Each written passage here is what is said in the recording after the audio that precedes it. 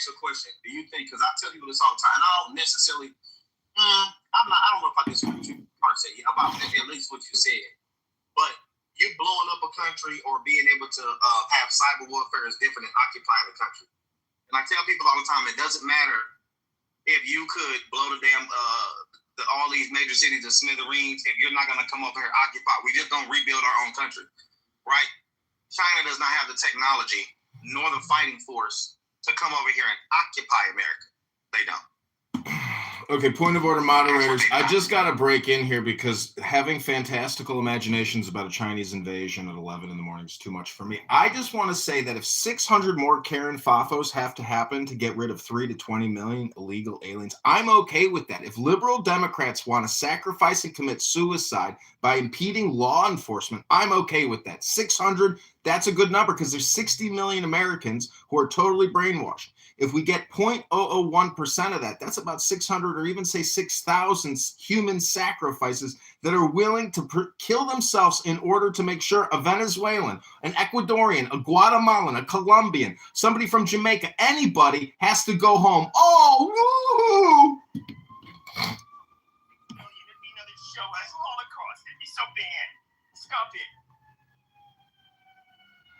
I didn't say anything about a Holocaust. I'm talking about preserving our American way of life and getting the riffraff illegal alien invaders who came here under Biden and Kamala Harris the fuck out of here. If you don't like that and you just want to come to Clown House to complain all day long, well, that's your choice. But I have a room. It's called the Jewish Complaint Department. You can come to my house and submit an official complaint to the JCD, an honest nonprofit here in Chicago, Illinois, dedicated to fielding clubhouse complainers, rabid, rampant, and never-ending complaint syndrome. I can help you get past your complaints. You don't have to be a perpetual complainer. You can stop complaining about everything, whether it's the bankers or the Chinese or the Jews. It does not matter. We will field... I said shut the fuck up. You're disrupting the stage. Oh, my bad. No, not you. Pepe has conditioned you, JP, to make you think that you are a chimp because he himself is a little chimp. Goddamn, where is he? My bad. I just want to know, Pep, what does that mean? When people say the American way of life, what does that actually mean to whoever? I think it was Martha that said, what? Congress, it's a certain standard of living that we've become accustomed to. And because we have parasites draining our reservoirs, there's not enough left for me and you and everybody else. Like in Chicago, we're spending $600 million a year housing illegal aliens by the tens of thousands, 60,000 Venezuelans, while regular Americans are dying in the streets and on the trains and given nothing. There's no beds and shelters. There's no cash handouts for these people. But for the illegal alien population to support the Democrat voting initiatives, they have housing, food, monthly stipends. That's the type of terrorists we're dealing with. Anti-American traitors, betrayers of America, betrayers of the voters, betrayers of the taxpayers. These are clown terrorists, and if you're not involved politically fighting against Clown World, you gotta stand up and fight. Fight. He trolling. He don't mean none of that shit he's saying. I really want to know because I'm in the audience. He don't mean none of that shit he's saying. I just be wanting to know what people mean by the American way of life. I don't actually think that people know what the fuck they mean when they say that, to be honest with you. I don't think that they have a conceptual, like, this is what when I'm looking at America and how we got this far, this means that to me. I hear a lot of entitlement. I hear a lot of, and maybe I'm biased because I've been in the Army my whole adult life, right? So it probably do mean something different than me. But what does it mean to the civilian or the businessman or the clergyman? Like, what does it mean? I've had these conversations with people and I'm in real life, and they give me a lot of brilliant shit, right?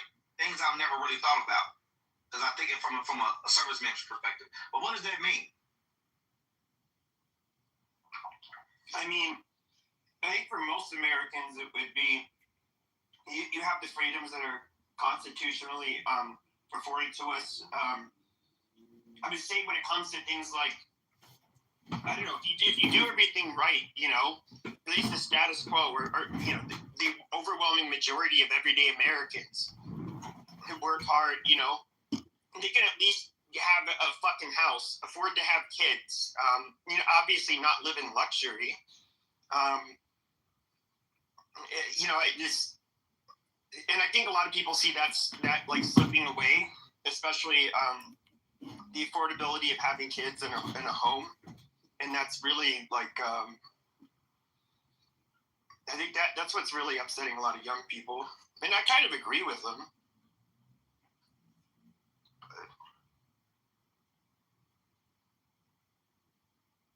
So, okay, Pep, I don't necessarily disagree with that ideal, but I guess when I think of it, I think of the opportunity for a tyrant to not get in the way, the opportunity for a tyrant not to get in the way of you progressing your life and your family's life, right? And also not get in the way of what other people got going on. What's up, bro?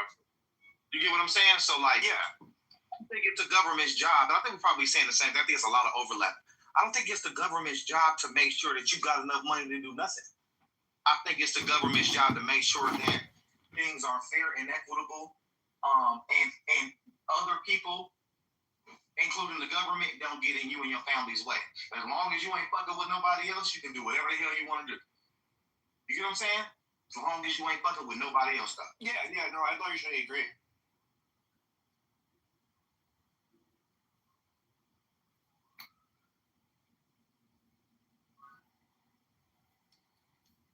Sounds to me like you might be a libertarian. Small government, small problems. Less taxes, less problems. It's not home ownership. You're renting from Democrats and teachers unions. You don't own anything. The Democrats run your life. They run the budget. They run the accounting. They run the borrowing. They run the spending. They run the schools. They run the mayoral office, the governorship. They run the Congress. They run the Senate. And they'll be back in the White House soon enough if we don't stop them. If you're not involved in politics, you have to get involved. You have to run. You have to work with people that are running. It's not about the party. It's about the character. There are some good Democrats, but it's a 1%.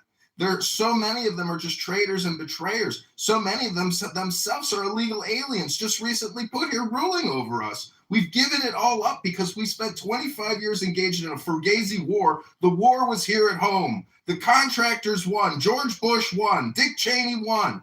But we are the losers because we've neglected personal responsibility and management here at home. And now we've let socialist Democrats take over. The debt is real. It's not going away. Every billion, every trillion, we lose our sovereignty. We lose our power. We're giving it up to an international banking cartel. Mark, I've got a question. So what do you propose to change all things? Just ignore what I said. It's almost like I'm a ghost. Hello? Is anybody even hearing me? Hello? Does anybody's brain here register what I just said? Hello? Hello? I just want to confirm. Can you hear me? Hello? Well, somebody kidding at this motherfucker, man. Either way, March. Why, Riyamya, you agree with me about the banking cartels. I just don't understand why you guys are so passive-aggressive. It's not going to fucking work because it's fucking dumb. If you really think about it with the political sphere right now, it's going back and forth between a Republican and Democrat. If we let's say let the Democrats win one more time, let their fucking bullshit happen again, hey, who knows? We might get a population that's going to go against them in the far future. Think of it like a long-term 3D, 4D chess of population. Let them win next time. Most likely they're going to lose that shit again. Well, it's not about the Republicans or the Democrats. It's about the character and the virtue of the candidates running.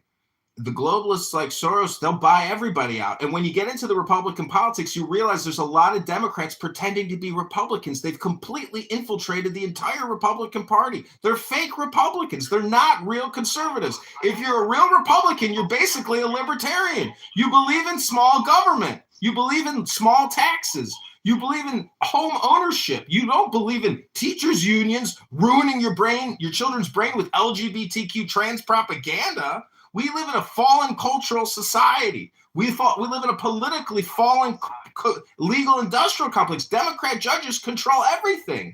Democrat judges release prisoners with electric monitors that we as taxpayers spend millions of dollars a month on, and they come back out into the population and kill us. These electronic monitors don't do shit. We need the Attorney General to start arresting Democrat judges in scale and eliminating the illegality of the legal political industrial complex.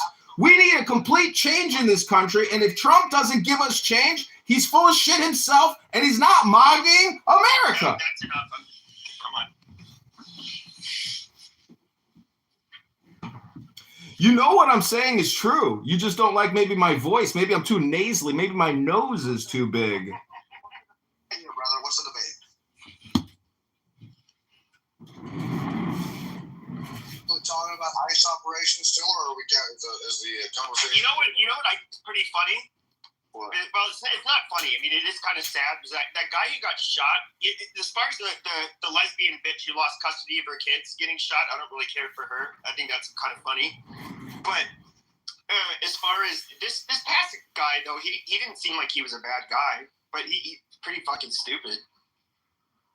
I don't know why he would even get into a tangle with the cop. He's getting military burial honors. They're playing taps for him at the hospital, draped in an American flag. The guy went to Afghanistan, fought for his country, died over there. Huh? He's a fucking hero. Give him the Bronze Star. He's impeding law enforcement, removing illegal alien invaders who are criminals. We live in fucking clown world, people. Well, I don't know, but he was definitely showing up with a gun. If you're peacefully protesting, you don't show up with a fucking gun. You can show up. No, this is where I push back. Look how so many of these faggot right wingers are all of a sudden like, you don't bring a gun to a protest. I'm not fighting for Second Amendment. Like, this is bullshit. You can bring a gun to a protest. What you don't do is peacefully protest. You don't get into a physical. You don't get physical with fucking cops. Well, yeah, obviously. Honestly, Pepe, you're the only faggot here, bro. Listen to your voice, for real. But Mountain, listen, man. Hold up. Wait, hold up, man. Wait. I gave you wait, that. Kyle, wait, Mountain. How did? Okay, what's your thought of what Kyle Rittenhouse did a couple years ago when he brandished a whole fucking assault rifle, regardless of what he was going down there to do? Alleged.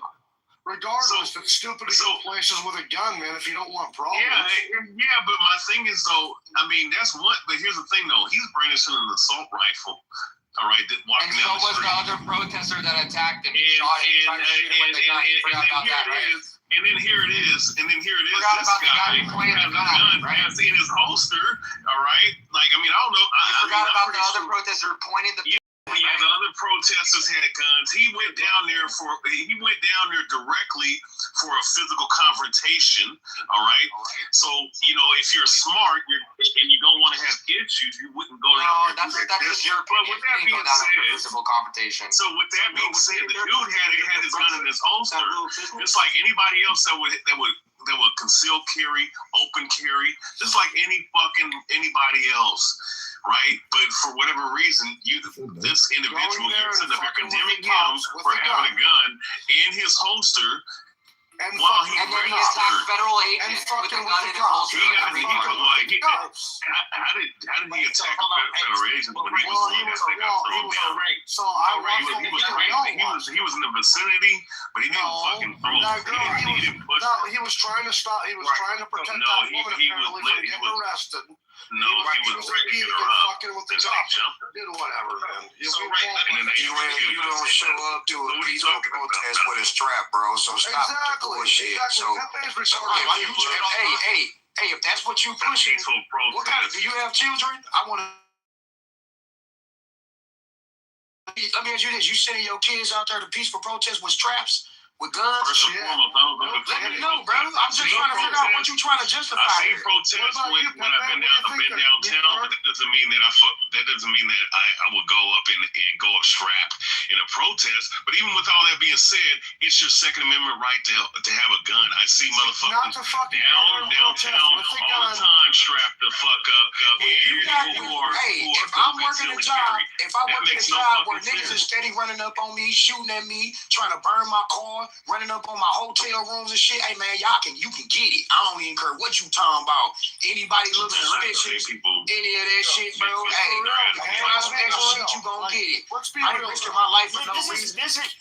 But Mountain, the reality is though, is if you actually supported the Second Amendment, you can go to a fucking protest armed. I mean, I personally wouldn't go in carrying because that's just kind of making you a target. But he didn't do anything wrong up until the point that he should have never. He should have just given himself up when the cop was trying to detain him. Pepe, you gotta understand, as a Second Amendment rights guy, man, you have to have responsibility. You got to know when to have it and not and stuff. And when police are there trying to do their job and you're impeding them, you're trying to impede them. I don't care if you're protesting, fine. But don't be peacefully protesting with a gun because your intention is to intimidate people if you're not going to use it. How can you intimidate people because if you don't show it to them? If it's concealed. That's correct, Pepe. Hey, so let me say this, Pepe. So Milwaukee. Hold on, listen. Just hear me out real quick. Milwaukee, Wisconsin had one of the most not famous, I guess you could say, but whatever, with the George Floyd protest, right? It was Milwaukee, it was Minneapolis, it was who else? LA had one, Chicago had a good one. So I was out there, right, with them not protesting. They just came by my house every goddamn day. Them niggas out here had guns on them. They had white girls and motherfuckers out there smoking weed and drinking Hennessy. But when we got together, because we had like a little town hall meeting in the city, right? A couple of them. We had a conversation about what we are and what we are not going to do, right? We talking about why, because I don't know if y'all know the north side of Milwaukee, Wisconsin is very dangerous, right? We told them what you're not going to do is you're not going to be antagonizing or being a protagonist towards the police. That is not what we here for. Y'all can drink, y'all can have y'all guns. If they legal, y'all got CCWs. In Wisconsin, we got open carry, all that shit cool. The second thing we did is, because they let us protest literally, ladies and gentlemen, from the north side all the way down to the south side by UWM and downtown by Marquette for like a fucking week and a half straight, every other day, right? As long as we wasn't fucking with the police and they wasn't fucking with, y'all know we didn't have not one person get maced, shot, stabbed, nothing. So to Pep's point, you can have a protest and y'all can play y'all music and y'all can have y'all guns out. Just don't be fucking aggregate towards the police. It's very simple. That's what he's doing, though. That's what he's doing. And honestly, man, like when you have a concealed carry license, they stress, man, a few things. You have a lot of responsibility, like a lot more than you realize. But one thing they definitely stress is to avoid volatile places where possible. When winning an argument is never worth legal, like having to use the gun. And so that dipshit going there with his concealed carry in that situation is going against what he was trained or what he was legally able to get as concealed carry. You understand? You are not supposed to do certain things. You talking about Minneapolis? You mean peacefully protesting? That's what he did. Okay, but then he goes up and fucks with the cops. Are you talking about Minneapolis? Hold on. Yes, they are. They're federal agents. They're federal agents. Look it up. They're federal agents. They're sworn in. They're not fucking trained. They are federally sworn in officers. That doesn't mean Look they're it up. trained. They're legally legal. They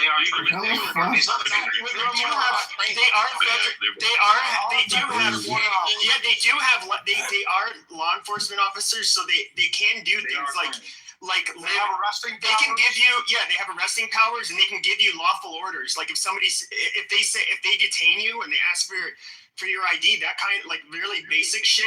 You understand that, but just like the cops. If they witness a felony, they can actually arrest you for that. If they witness a felony. Fine. I understand that they're still federal agents, but they're not. These guys pick them up. They're cops. They're cops. They're not. Alexander. They don't have training as cops. They don't move. You're moving the goalposts. They're cops. Hey, slow down. Listen, Kyle Rittenhouse was a fucking American hero. One less pedo off the street, one less dumbass on the skateboard. But to try to argue about this guy, whether he had his gun or not, that's really beside the point. He can fucking have his gun. It was dumb for him to go there. He fucked up getting involved in this shit. This is not, and for people on my side trying to act like this shit wasn't awful, it's awful. It might be lawful, but it's awful. So let's just we don't have to keep it real on both sides. Fucking Kyle Rittenhouse didn't go to fucking Kenosha to start no shit. He brought an AR-15 because shit was like fucking end of the world for most people. Like, I don't know if you were in a city, but I don't know who was the number one guy said he was from Milwaukee. He know how fucking dystopian that shit felt. So that wasn't a protest, exactly. That's a different deal. Yeah, it was a full ass riot. And, look, and then people trying to say, well, what the fuck, John Rittenhouse being there? Look, all the fucking rioters decided to go there to burn shit. We had one fucking American boy who had balls enough to go do something that most men wasn't gonna do. Try to mitigate. Try to fucking provide medical aid, put out fires. So, you know, anybody trying to say he had no business to be there, he had more business to be there than anybody that was rioting. And I don't blame them for going armed, as you saw, because motherfuckers was like acting like the zombies from Dawn of the Dead. And he popped the pedo, and he's an American hero for it. Let's fucking make a day that we can all get off work and observe that. We need a statue of him. And we need a fucking statue of Chauvin because he kneeled so that we can all stand. Let's recognize this shit for what it is. Different from this guy. He's a nurse. You know what? No, how about we make a statue for Christopher Donner? How about that? How about we do that? Giving medical aid or what? She was why did she need medical aid? She was getting arrested. But people need medical aid all the time when they get arrested. Dude, you don't interfere with cops. What the fuck are you talking about? Dude, you are stupid. We watched the video. He was trying to stop her from getting arrested. We watched the video, and what we saw is that this motherfucker was filming, you know, because you know, in law, you have freedom of press, right? So you have every right to film the shit. Now, was he too close because, you know, federal agents or law enforcement can do whatever the hell they want to do, which, you know, they're federal agents at the end of the day. I mean, there is a difference, but regardless, you can say that, yeah, he was too close, but they maced the motherfucker. They took the mace, cam on him, bashed his fucking head in while they had him on the ground, and they grabbed his fucking weapon and aired his ass out, which is pretty much a public execution. I mean, I don't know what the... Maybe they stop stalking ICE agents and stop following them around, attacking them where they stay in their hotels. Maybe if they stop doing that, then the police wouldn't have. Maybe if they stop doing that, then ICE wouldn't have this fucking, you know, animosity towards these people who are trying to kill them. Citizens, maybe if you're peacefully protesting, what are you doing there? American citizens and stalking American citizens, people who have fucking IDs. Illegal immigrants are not American citizens, you fucking idiot. Yeah, you fucking dumbass. They're arresting American citizens, Harry. No, they're not. Detaining and arresting are two different things. Detaining American citizens. Learn what detaining and arresting are. Slow down. So this is, when I hear people talking, I'm not trying to be rude to nobody, but some of y'all don't really, like, y'all don't be around the streets, and y'all don't know some of this street shit. I'm not talking about the thug ghetto shit. I'm talking about like how shit go in the streets, especially with weapons. If you disarm a motherfucker, it is not okay. That is a crime. It's morally fucked up for you to disarm somebody and then kill him after that. I don't give a fuck what the situation is. If you get a gun off me, you won. Okay, it's good. You don't get to kill the motherfucker after that. It's not how this shit's supposed to work. Right? Gunfights are... No, he doesn't have another one. Hey, bro, he doesn't have another gun. That's irrefutable. That's irrefutable. Well, let JP finish. That's irrefutable. That is not nothing to be argued about. Because you got to think about if that was your son, right? So if me and Pep is homeboys or we enemies or whatever, and we both got 17, 18-year-old kids, and he tell me that my son disarmed his son. Let's say his son had a knife or a gun, I don't give a fuck what it was, and my son still killed him. That's fucked up. He didn't have to do that, right? Because he don't pose a threat anymore. The only threat that he poses is a fist fight. That's it. Unless he got another concealed weapon on him. That's assuming that he didn't have no other gun on him. I just said that. So I just said that. How do he didn't have another gun? I just said that out of my mouth, Larry. I don't need your help. I was raised in this shit, and I've been in the Army my whole adult life. I don't need you to help me. I know. I understand, right? So this is assuming that you don't have nothing, but disarm mean that you figured that out. So what do you do in the streets when you disarm a motherfucker or you knock him out? You feel around and make sure he don't got no other weapons. Everybody that been in the streets know that. Black, white, Mexican, whatever. You don't just knock a motherfucker out or take a motherfucking shit from them and just let it ride. You don't know if he got a motherfucking blade in his socks. You don't know what the fuck he got.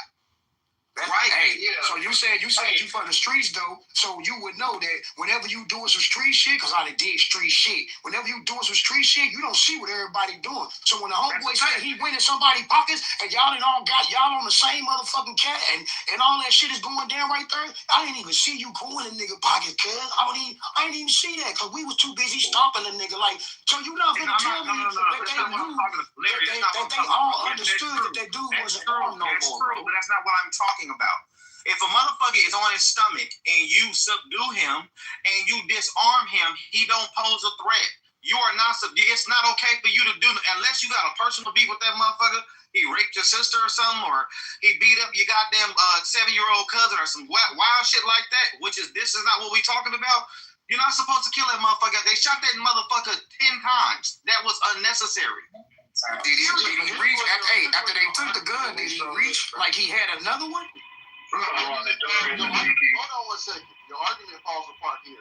The one who took the gun is not the same one who said gun, and the one who shot him was neither one. It doesn't matter. So you're talking about a one. In other words, if you and I get into some type of conflict and I take your gun, but there were multiple people there. So the one who took the gun is not the one who shot him, and the one who said gun is not the one who shot him. Well, let's just see. Let's do an honesty temperature check on both sides. Let's do an honesty temperature check on both sides. Now, look, everybody on my side who is slightly in favor of ICE, can we admit that this shit is pretty awful? It looks pretty awful. It might be a little fucked up. Can we at least just meet grounds there? Yeah, I know.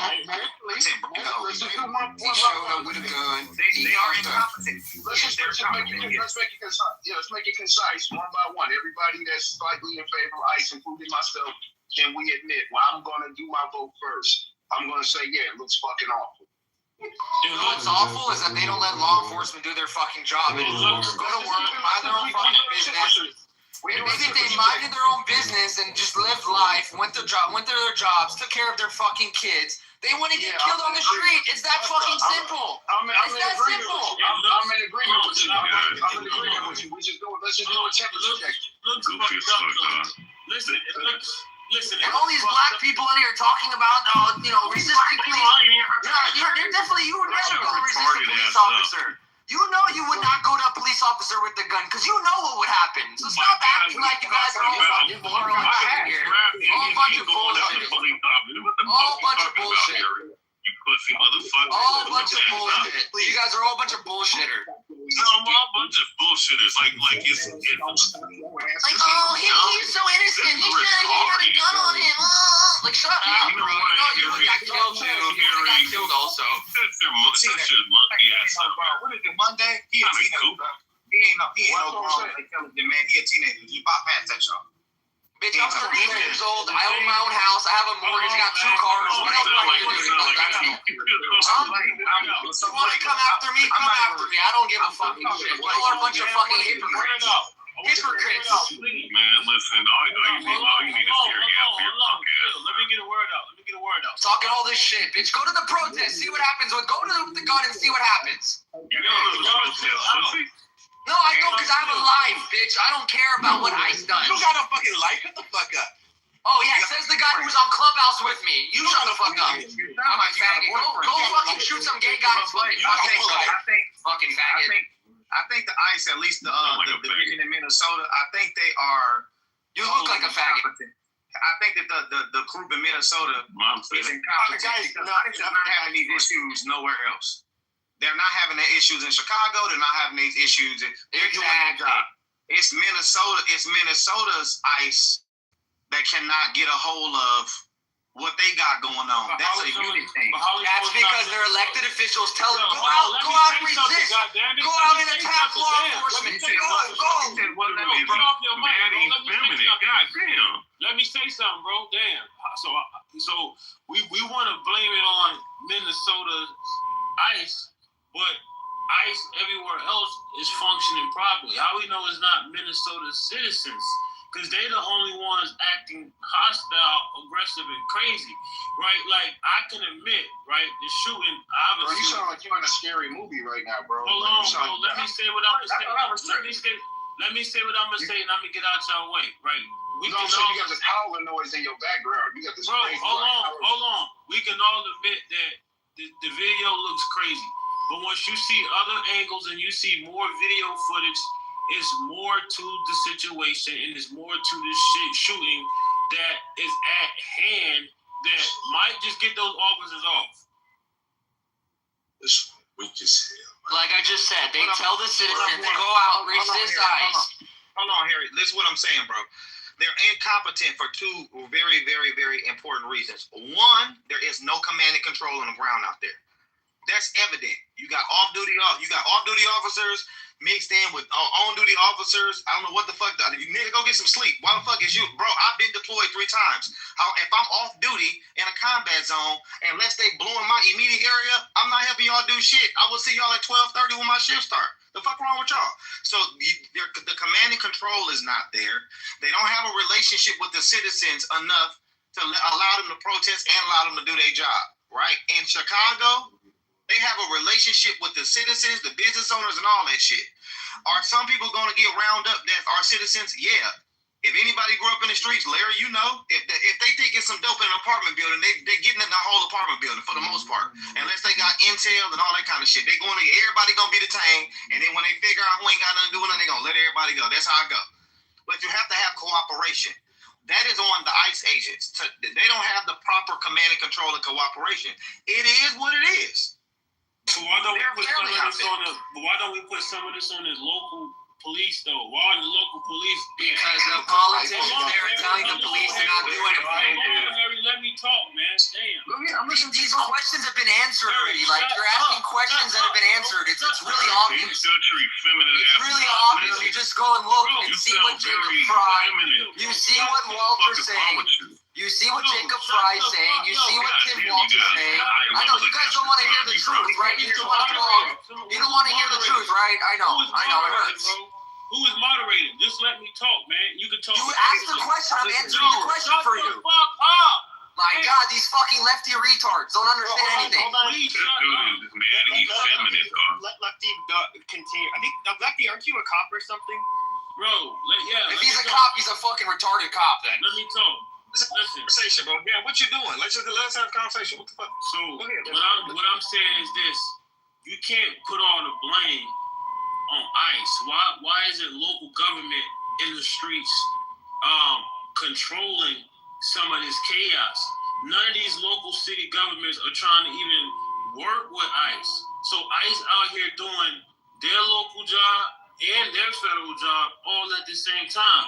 If local police department get in the freaking street and maintain and control and order while these people are protesting, guess what? These federal law enforcement officers can go about their business and go retrieve whoever it is they need to retrieve.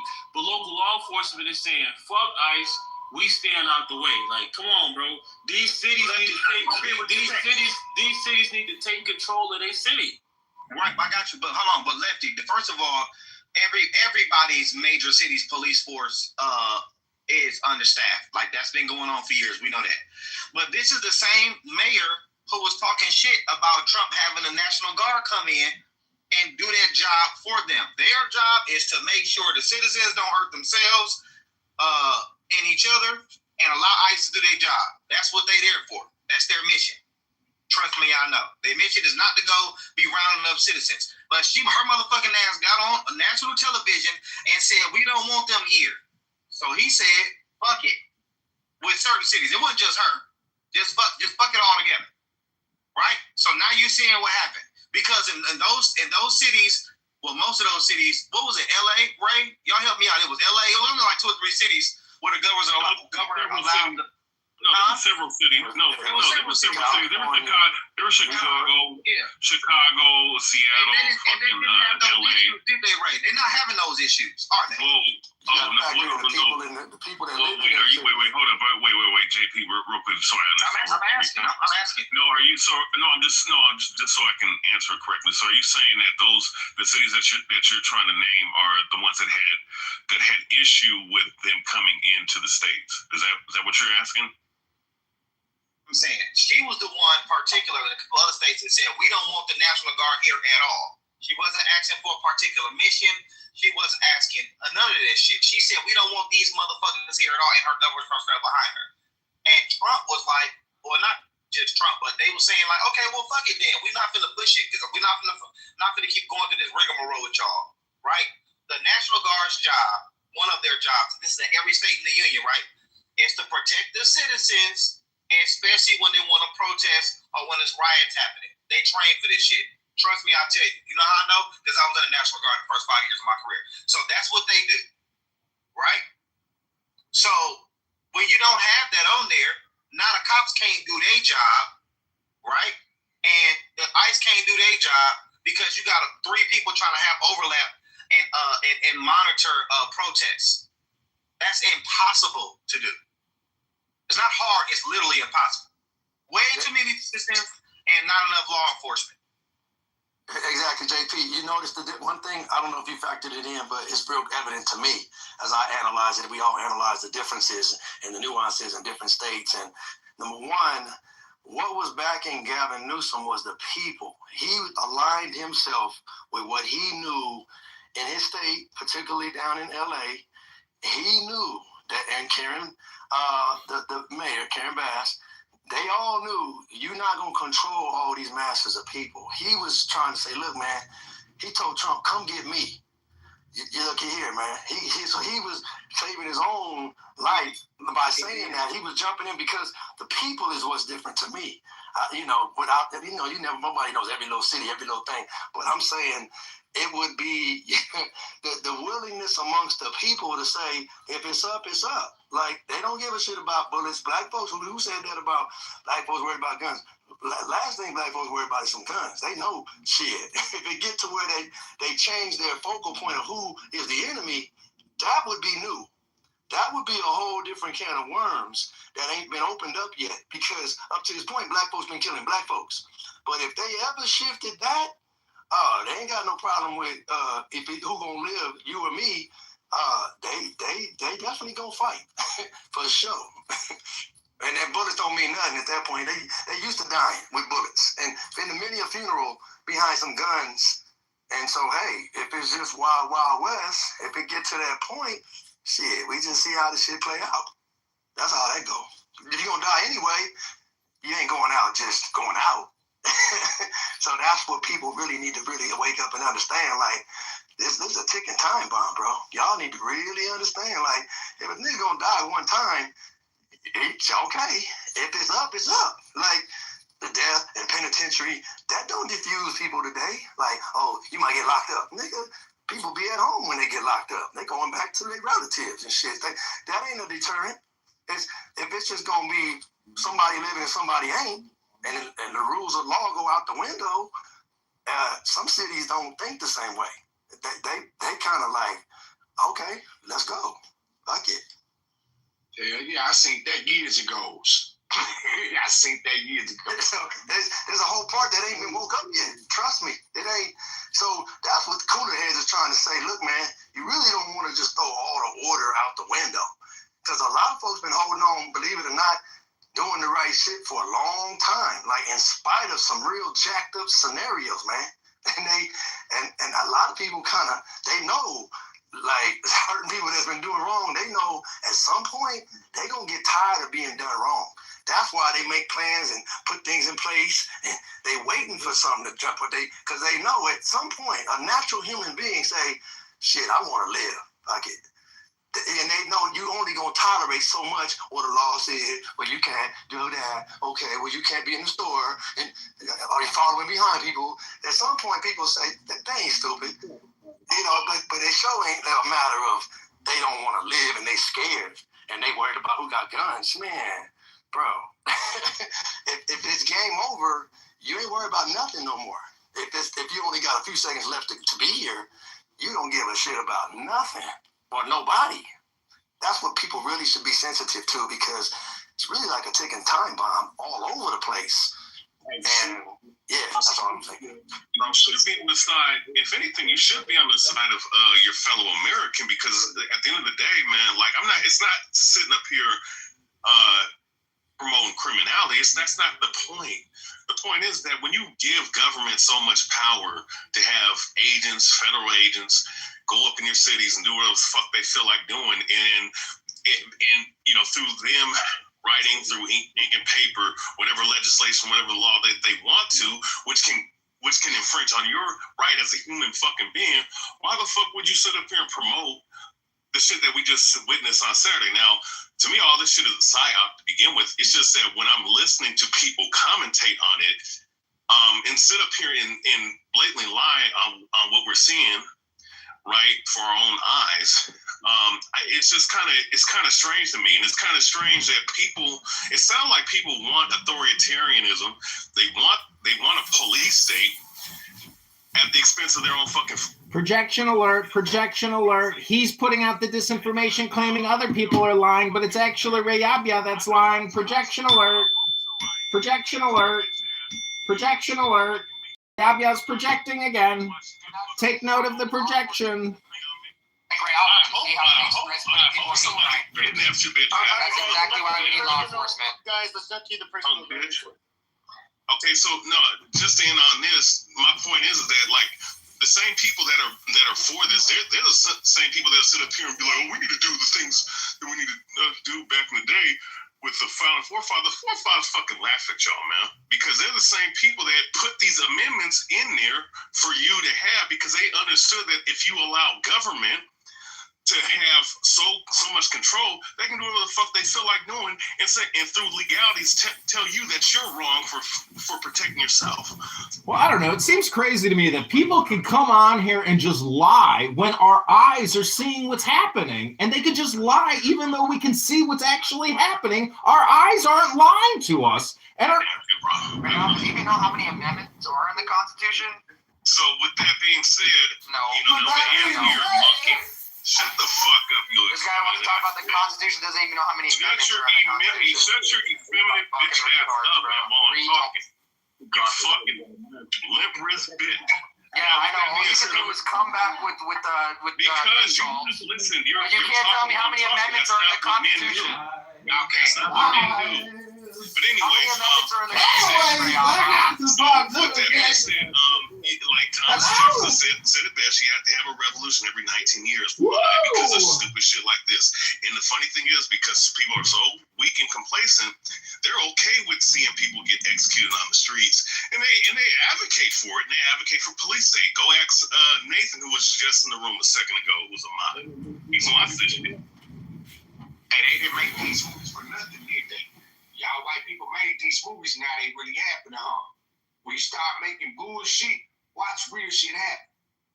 That's the real truth. When y'all make cover-ups, y'all try to make it seem like y'all the high ranking. But do you know everybody else, they got their own position? Why y'all in other people's country trying to make laws? It's because that's what we do, buddy. But yeah, there's this thing called the law, and the law is strength, and the joy of the world is strength. Obey the law or FAFO. It's that simple. Y'all say y'all forefathers' laws.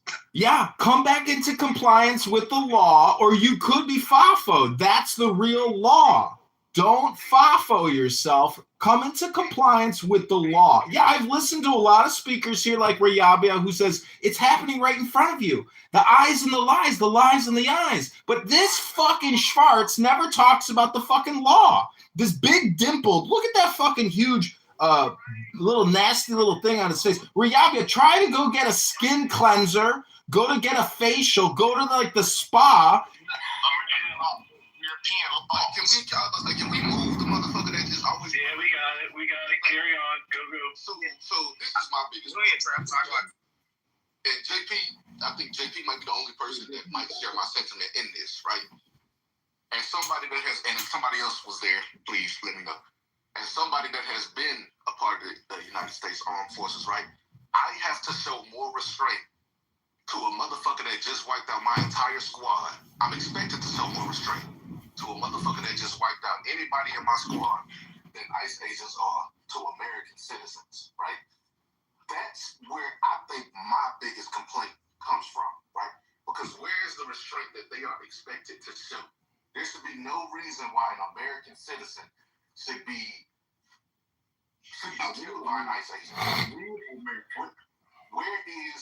is the restraint? Where's the training? Do we even know what training an ICE agent really gets? Right? So that's what my complaint is, right? And again, JP, if you don't share my sentiment, I kind of threw you into it. You can separate yourself from it. But Trey, not only, bro, do I share your sentiment, the forefathers did too. So, do y'all remember what happened? And let's get a fundamental understanding of what the founding fathers thought about this type of shit. You do remember the Boston Massacre, right? Correct. Y'all remember that? All right. When that happened in 1770, I believe it was. Remember, it was a nigga that got killed, or it was a nigga whose face was in our history books, right? 4 or 5 other white people got killed that day. Georgie, Porgy, Puddin' Pie, and all them niggas, when they came back, they heard of it because remember they was fighting the 7 Years' War at the time. So imagine these are the motherfuckers that's going to create the new standard by which we live, that being the American Constitution, right, or the third Constitution. They over there, they found about this Crispus Attucks shit going down, and when they come back after serving for Great Britain, right? They come back and they still hot about that shit. So there is an underlying current and a fundamental understanding that I don't give a fuck if you are a legitimate police officer or a red coat or a federal agent. Because remember, the red coats are basically federal agents. That's basically what they are, right? That's basically what they are, federal agents. You see what, Boo? Blue coats and blue coats, right? The red coats. We were the blue coats. They were. Okay, this is 200,000 U.S. soldiers to remove 3 million illegal aliens now.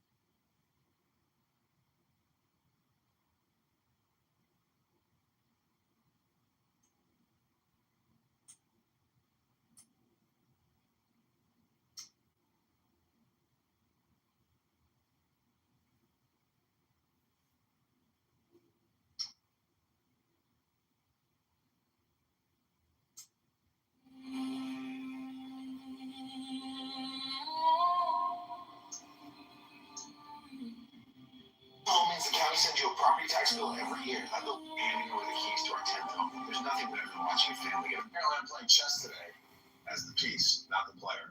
Sigma left, check your mirrors. If you love democracy, check the box next to my name. So voters love a good pothole story. We'll call the plan Pave the Way. Welcome to Magic Hut. Around here, every life ain't gone from Google. Everybody, a couple quick updates before lunch. First, the United States is officially to work as he will, to play as he will, to rest as he will, to die when and how he will.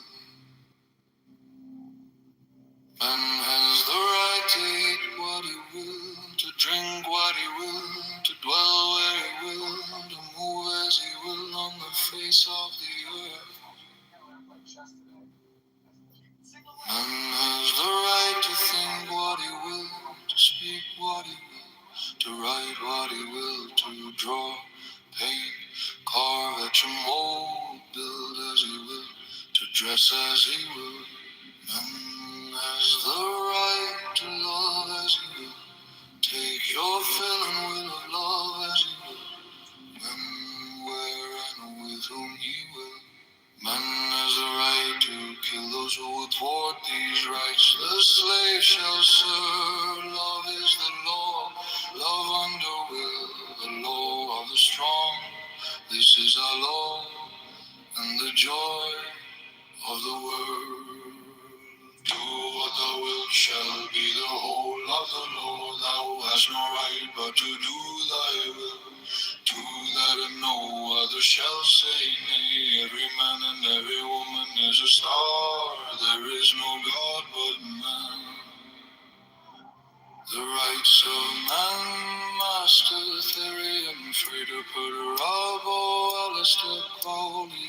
Alistair Crowley, the Master, Alistair Crowley. Neighbor has the right to live by his own law, to live in the way that he wills to work as he will, to play as he will, to rest as he will, to die when and how he will. Man has the right to eat what he will, to drink what he will, to dwell where he will, to move as he will on the face of the earth. Man has the right to think what he will, to speak what he will, to write what he will, to draw, paint, carve at your mold, build as he will, to dress as he will. Man has the right to love as he will, take your fill and will of love as he will, when, where, and with whom you will. None has the right to kill those who would thwart these rights. The slave shall serve. Love is the law. Love under the law of the strong. This is our law and the joy of the world.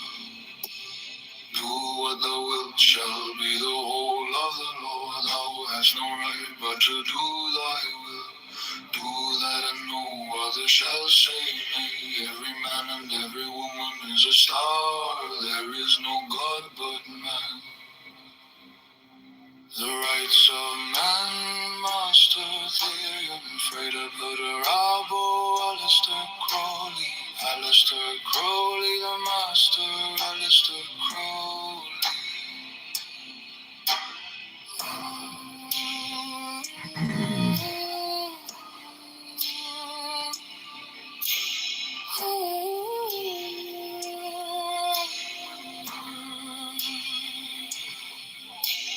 Man has the right to live by his own law, to live in the way that he wills to do, to work as he will, to play as he will, to rest as he will, to die when and how he will. Man has the right to eat what he will, to drink what he will, to dwell where he will, to move as he will on the face of the earth. Man has the right to think what he will, to speak what he will, to write what he will, to draw, paint, carve at your mold, build as he will, to dress as he will. Man has the right to love as he will, take your fill and will of love as he will, when, where, and with whom you will. None has the right to kill those who would thwart these rights. The slave shall serve. Love is the law. Love under will. The law of the strong. This is our law and the joy of the world. Do what thou wilt shall be the whole of the law. Thou hast no right but to do thy will. Do that and no other shall say nay. Every man and every woman is a star. There is no God but man. The rights of man, Master Therian, Freda Puderabo, Alistair Crowley. Alistair Crowley, the Master, Alistair Crowley.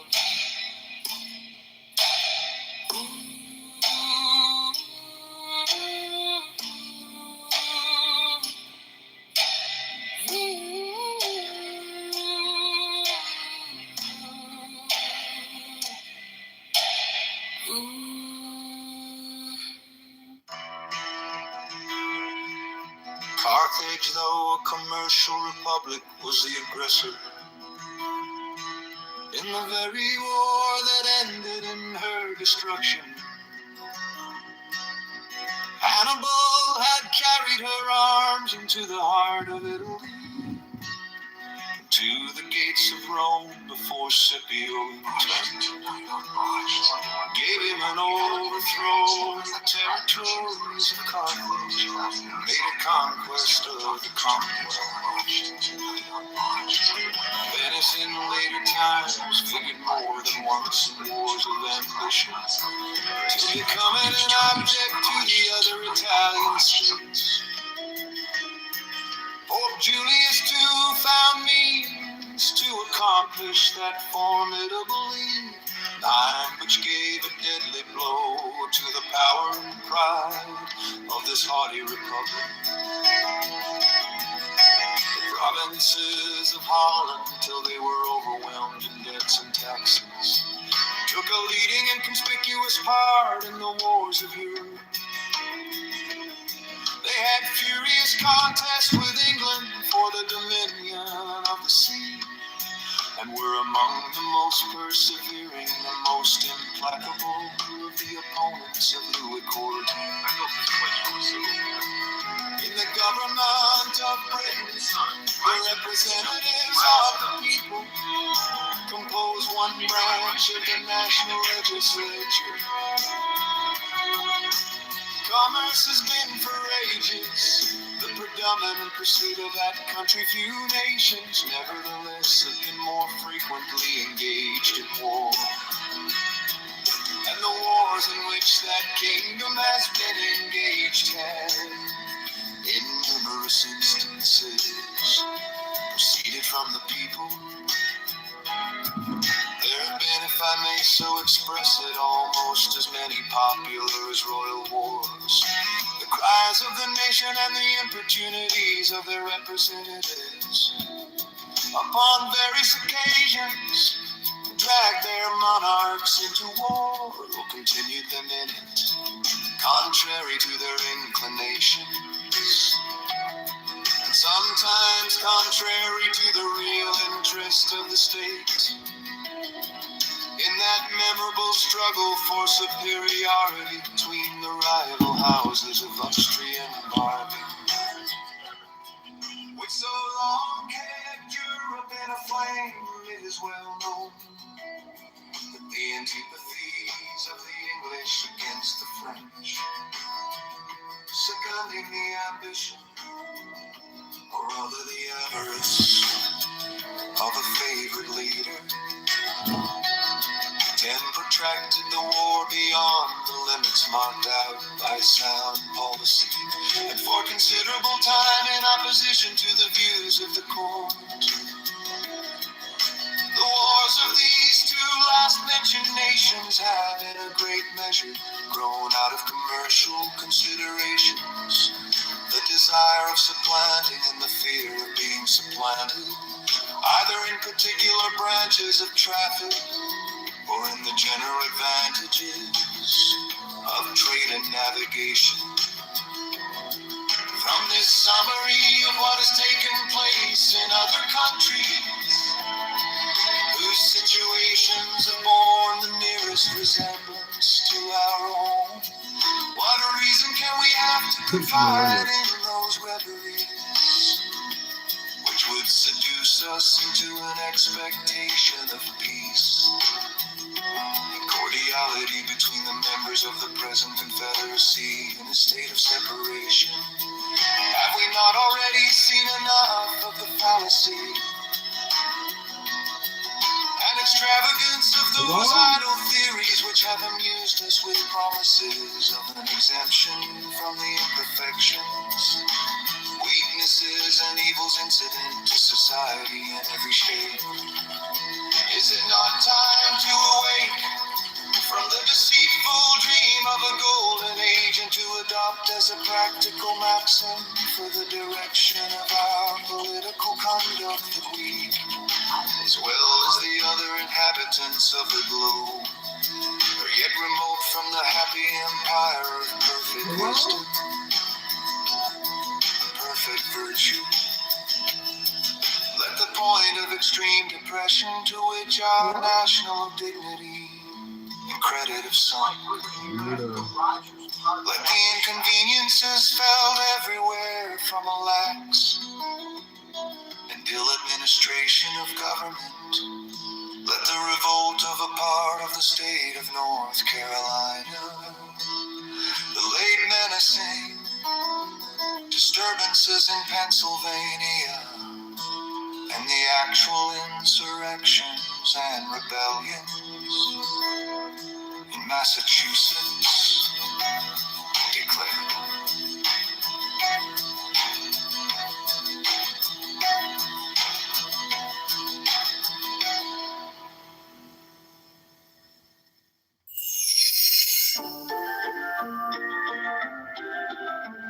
Santa baby, oh my little Santa baby, Santa baby, oh my little Santa baby, Santa baby, oh my little Santa baby.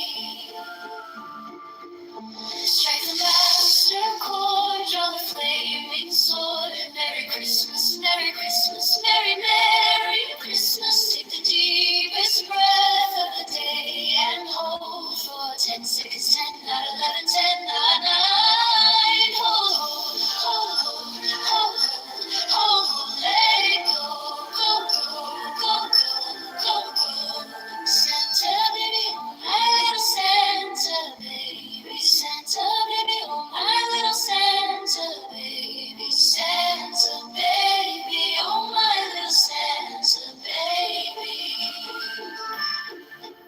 Strike the master chord, draw the flaming sword. Merry Christmas, Merry Christmas, Merry Merry Christmas. Take the deepest breath of the day and hold for 10 seconds, 10, 9, 11, 10, 9, 9. Hold, hold, hold, hold, let it go, go, go, go, go, go. Santa baby, oh my little Santa baby, Santa baby, oh my little Santa baby, Santa baby, oh my little Santa baby. Strike the master chord, draw the flaming sword. Merry Christmas, Merry Christmas, Merry Merry Christmas. Take the deepest breath of the day and hold for 10 seconds, 10, not 11, 10, 9. Hold, hold, hold, hold, hold, hold, hold, let it go, go, go, go, go, go, go. I need to be free of those telling me what to do in order to attain my real fulfillment. If I suppress my sensual impulses and urges, I may do harm to my natural development. I am a merciful person. I can read whatever I wish, or watch whatever kind of TV program or movies I wish. It doesn't affect me at all if I always say no to others in regard to sex or drugs or alcohol. I will never be accepted by others. I will never have any friends. I don't need confession. I haven't any grave sins. And besides, if I stay away more, there will be less danger of routine confessions. My prayers don't seem to be answered. Seems to be answered. So what is the use of praying? My conscience is the only guide I need. As long as I am at peace with my conscience, I need not worry. Even if some of my acts and decisions are not always with the teachings of Song without end is the cleverness of the evil one. In exploiting our weaknesses, our likes and dislikes. I need to be free of those telling me what to do in order to attain my real fulfillment. If I suppress my sensual impulses and urges, I may do harm to my natural development. I am a mature person. I can read whatever I wish, watch whatever kind of TV program or movies I wish. It doesn't affect me at all if I always say no to others in regard to sex or drugs or alcohol. I will never be accepted by others. I will never have any friends.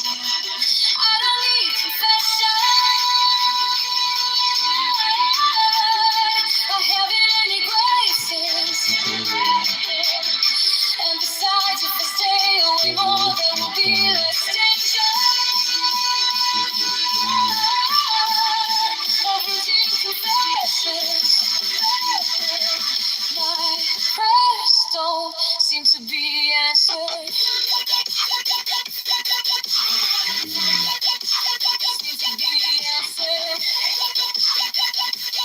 So what is the use of praying? My conscience is the only guide I need. As long as I am at peace with my conscience, I need not worry. Even if some of my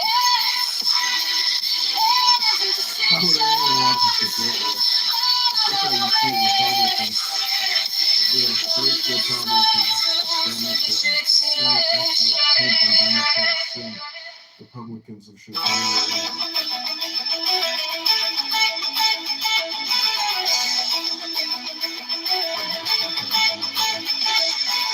Futility of a confederacy, as well to suppress faction, to guard the internal tranquility of states, as to increase their external force and security, is in reality not a new idea. It has been practiced upon in different countries and ages, and has received the sanction of the most liberal right. On the subject of politics, the opponents of the plan proposed that great assiduity cited and circulated the observations of Montesquieu on the necessity of a contracted territory for a Republican government. They seem not to have been apprised of the sentiments of that great man expressed in another part of his work, nor to have I Because you touch the physical, ready acquiescence. If you chose someone, then your interpretation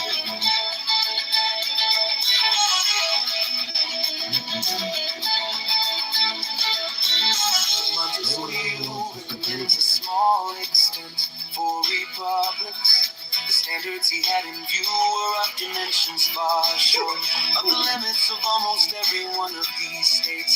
Not Virginia, Massachusetts, Pennsylvania, New York, North Carolina, nor Georgia can by any means be compared with the models from which he reasoned and to which the terms of his description apply.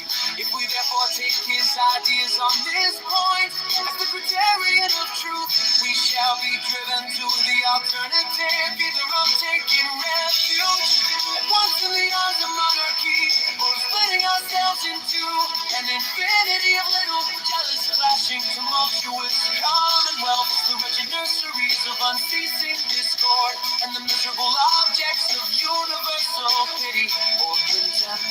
Some of the writers who have come forward on the other side of the question seem to have been aware of the dilemma, and have even been bold enough to hint at the division of the larger states as a desirable thing.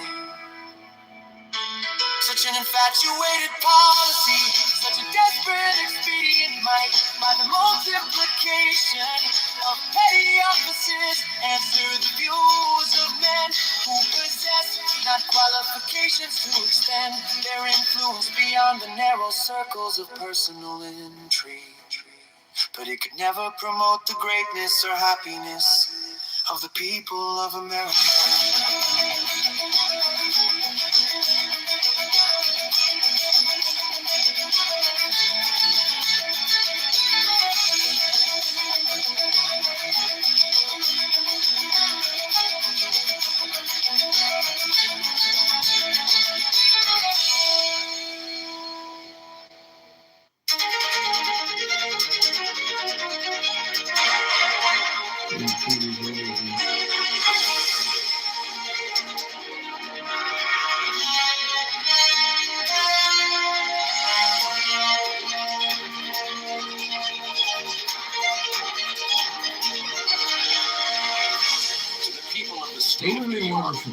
A firm union will be of the utmost moment to the peace and liberty of the states as a barrier against domestic faction and insurrection. It is impossible to read the history of the petty republics of Greece and Italy without feeling sensations of horror and disgust at the distractions for which they were continually agitated, and at the rapid succession of revolutions by which they were kept in a state of perpetual vibration between the extremes of tyranny and anarchy. If they exhibit occasional calms, these only serve as short-lived contrast to the furious storms that are to succeed. If now and then intervals of felicity open to view, mixture of regret arising from the reflections of the pleasing scenes before us are soon to be overwhelmed by the tempestuous waves of sedition and party rage.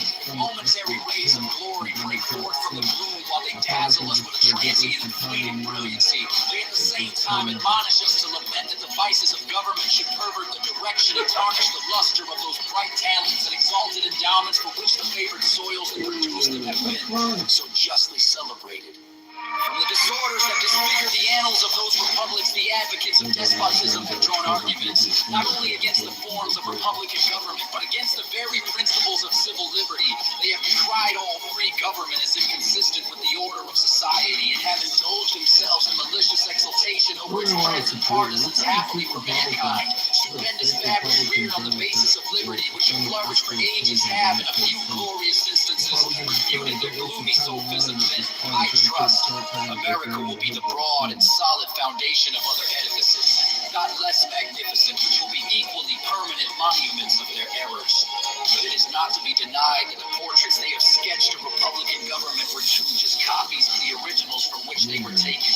If it had been found impractical to have devised models of a more perfect structure, the enlightened friends to liberty would have been obliged to abandon the cause of that species of government as indefensible. The science of politics, however, like most other sciences, has received great improvement. The efficacy of various principles is now well understood, which were either not known at all or imperfectly known to the ancients. The regular distribution of power into distinct departments, the introduction of legislative balances and checks, the institution of courts composed of judges holding their offices during good behavior, the representation of the people in the legislature by deputies of their own election.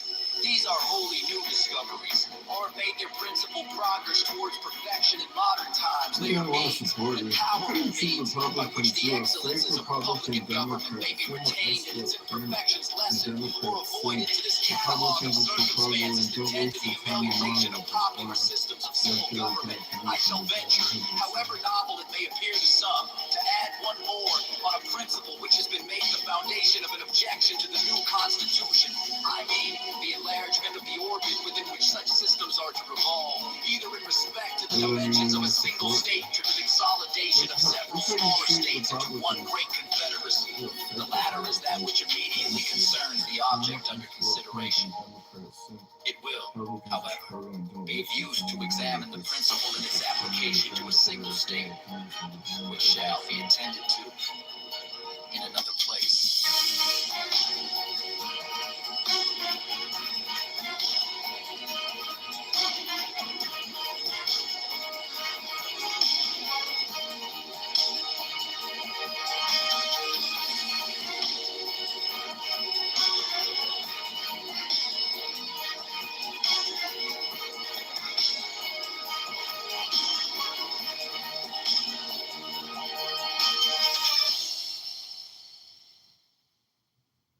There's 7 keys to the great gate, being 8 and 1 and 1 and 8. First let the body of thee be still, bound by the cerements of will. Court frigid thus thou mayst abort the fidget babes that tease the thought. Next let the breath rhythm be low, easy, regular, and slow. So let thy being be in tune with the great sea's Pacific swoon. Third, let thy life be pure and calm, sweet softly as a well to live be bound to the one love of the profound. Fifth, let the thought divinely free from sense, observe its entity. Watch every thought that springs enhance, hour after hour thy vigilance. Intense and keen turned inwardness, no atom of analysis. 6 on one thought securely pinned, still every whisper of the wind. So like a flame straight and unstirred, burn up thy being in one word. Still that ecstasy prolonged, the meditation steep and strong, slaying even God should he distract thy attention from the chosen Republicans, you are fake Republicans, Democrats, former escort Trump and Democrats since. Republicans are supporting and don't waste your time and money with this kind of democratic manipulation.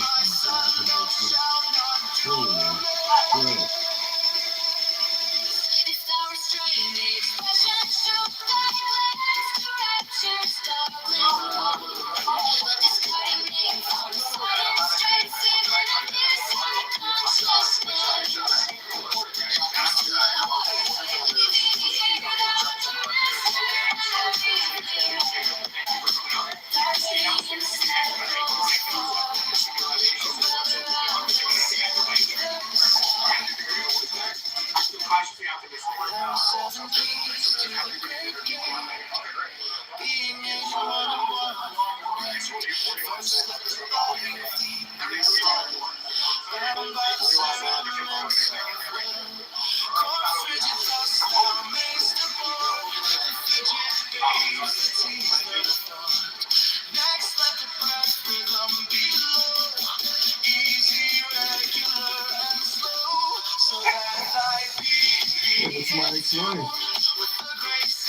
It's my ex-wife. It's my ex-wife. Oh, it's my ex-wife.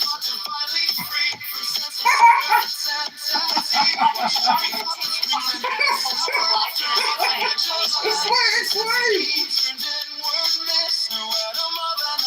6 on one thought securely pinned, still every whisper of the wind. So like a flame straight and unstirred, burn up thy being in one word. Next till that ecstasy prolonged, thy meditation steep and strong. Slaying even God should he distract thy attention from the chosen act. Last all these things in one are power. Time that the midnight blossom flower. The oneness is yet even in this, my son, thou shalt not do amiss.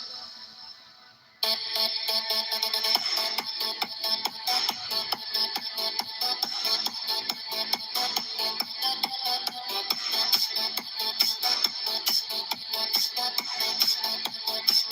like a flame straight and unstirred, burn up my being in one word. Next till that ecstasy prolonged, my meditation deep and strong. Slaving God should he distract my attention from the chosen act.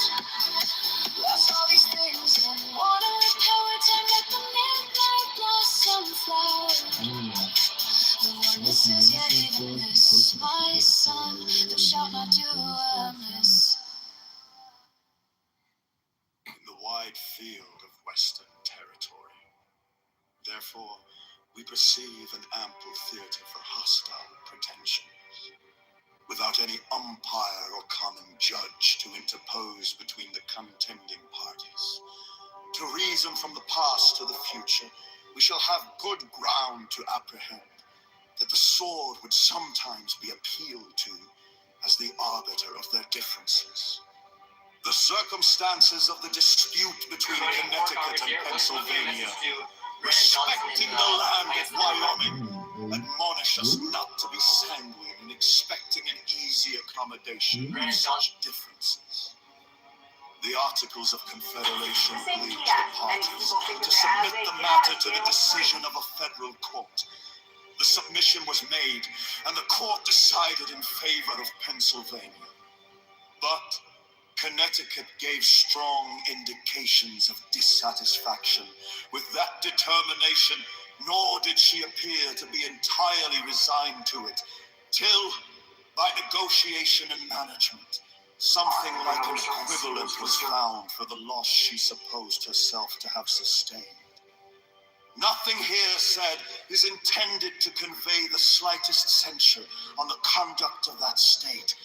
She no doubt sincerely believed herself to have been injured by the decision, and states, like individuals, acquiesce with great reluctance in determinations to their disadvantage.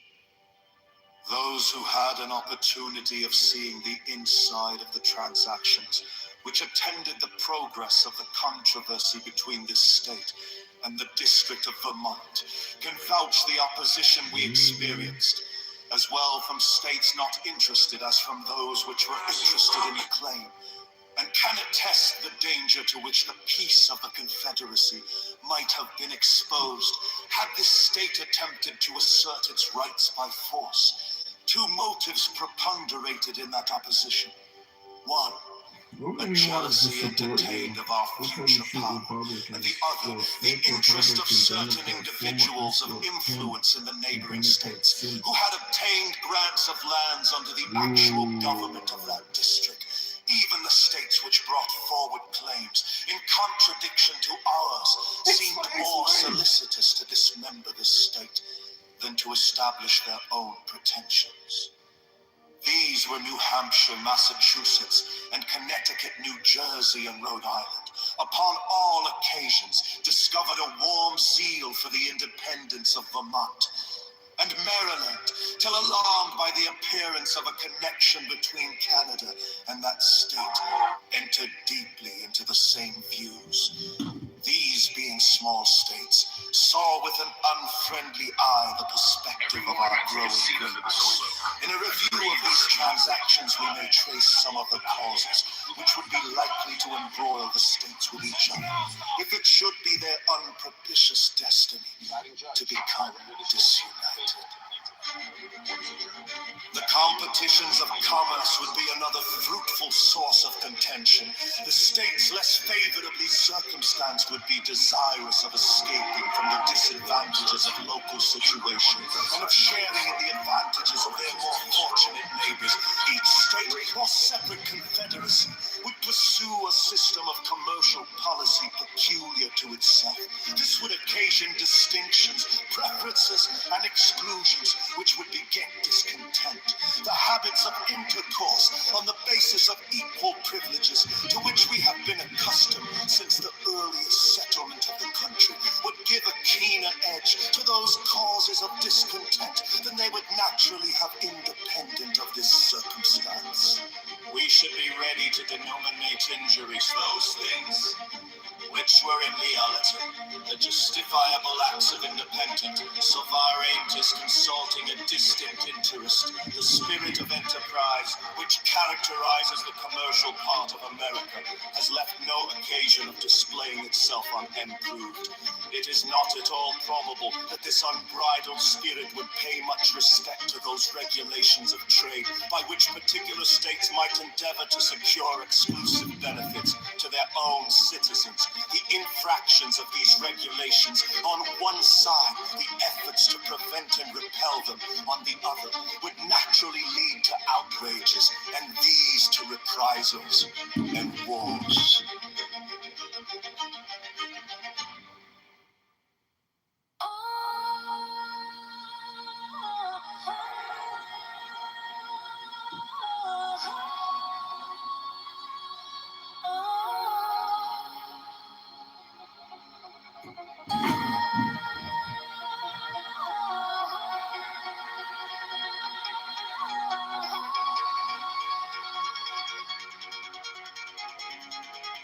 the people of the state of New York, it is not a new observation that the people of any country, if like the Americans, intelligent and well-informed, and steadily persevere for many years in an erroneous opinion respecting their interest, the consideration naturally tends to create great respect for the high opinion which the people of America have so long and uniformly entertained of the importance of their continuing firmly united under one federal government, vested with sufficient powers for all general and national purposes. The more attentively I consider and investigate the reasons which appear to have given birth to this opinion, the more I become convinced that they are cogent and conclusive.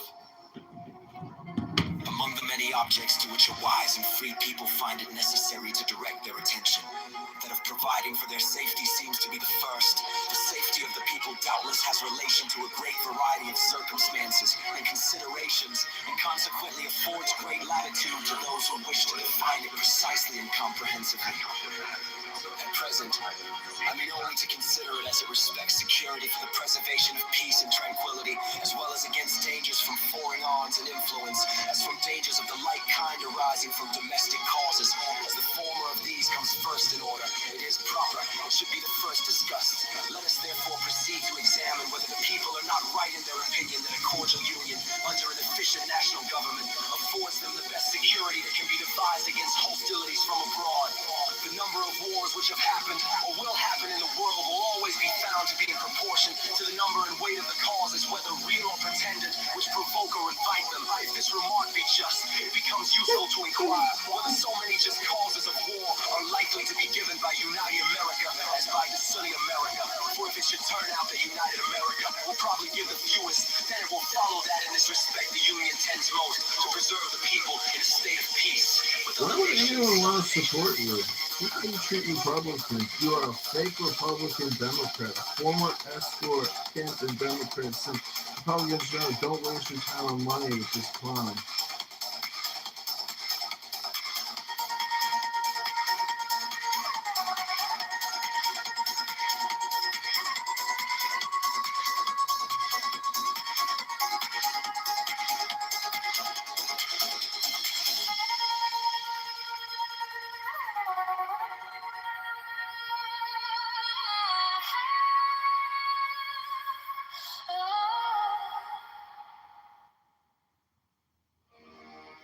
Dreams give information about the secrets of the inner life and reveal to the dreamer hidden factors of his personality. My friends, it is wise to nourish the soul. Otherwise you will breed dragons and devils in your heart. Hidden in our problems is a bit of still undeveloped personality, a precious fragment of the psyche. Without this, we face resignation, bitterness, and everything else that is hostile to life. We should grow like a tree that likewise does not know its law. We tie ourselves up with intentions, not mindful of the fact that intention is the limitation, yes, the exclusion of life. You do not have an inferior function. It has you. For underlying all philosophies and all religions are the facts of the human soul, which may ultimately be the arbiters of truth and error. Our biggest problems cannot be resolved. They must be outgrown. The fool Paul says I'm is at the 5%. precursor to the savior.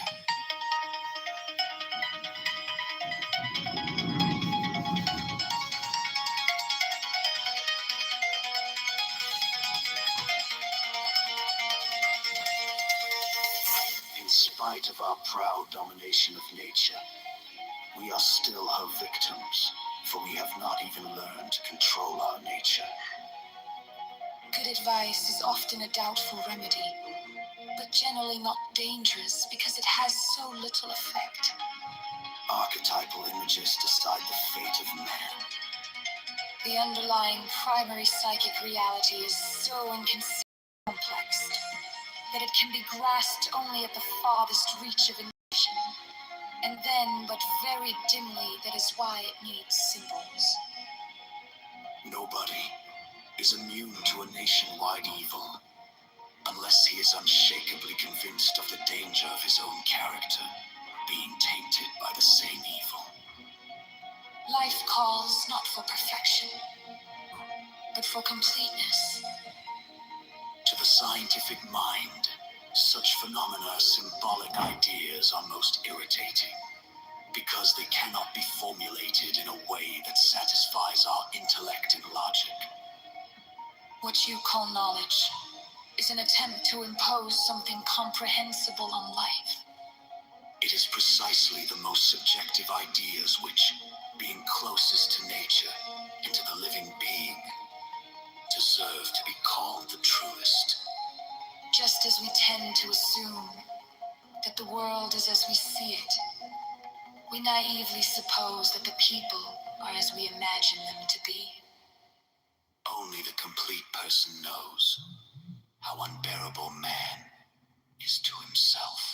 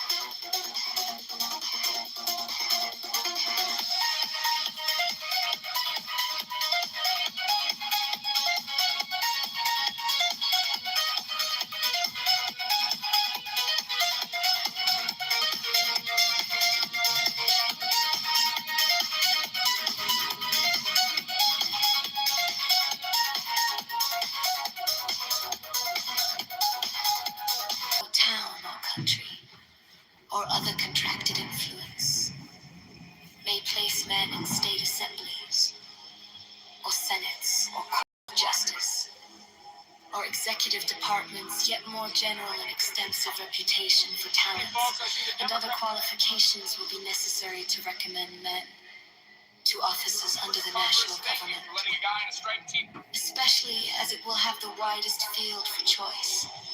Never experience the want of proper persons, which is not uncommon in some of the states. Hence, it will result that the administration, the political councils, and the judicial decisions of the national government will be more wise, systematical, and judicious than those of individual states, and consequently more satisfactory with respect to other nations, as well as more safe with respect to us.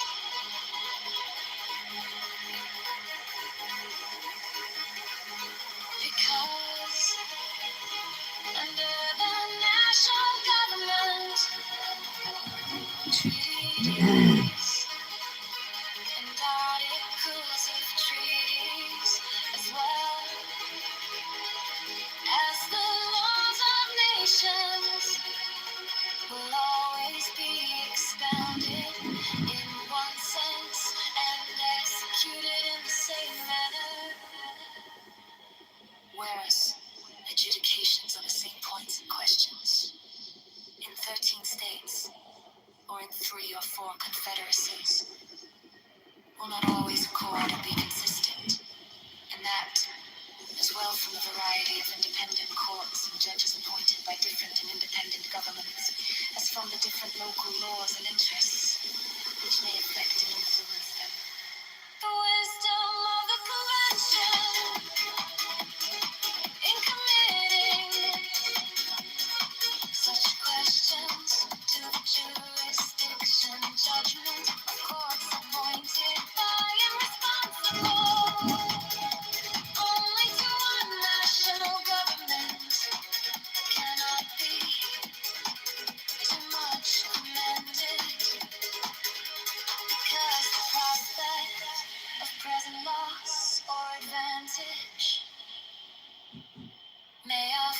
tempt the governing party in one or two states to swerve from good faith and justice. But those temptations not reaching the other states, and consequently having little or no influence on the national government. The temptation will be fruitless, and good faith and justice be preserved. The case of a treaty of peace with Britain and great weight. To this reasoning,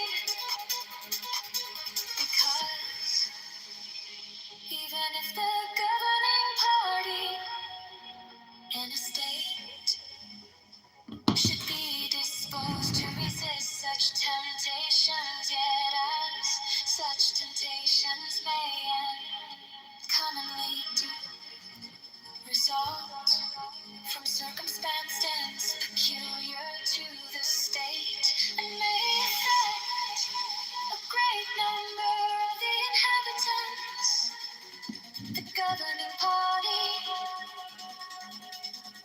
may not always be able, if willing, to prevent the injustice meditated or to punish. Members of Congress, thank you for letting a guy in a striped t-shirt borrow your microphone.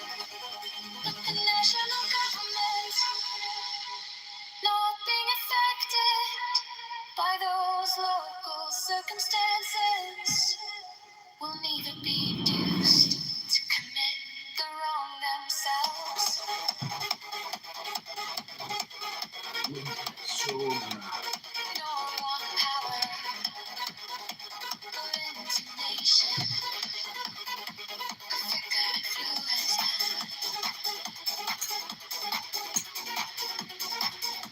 or punish its commission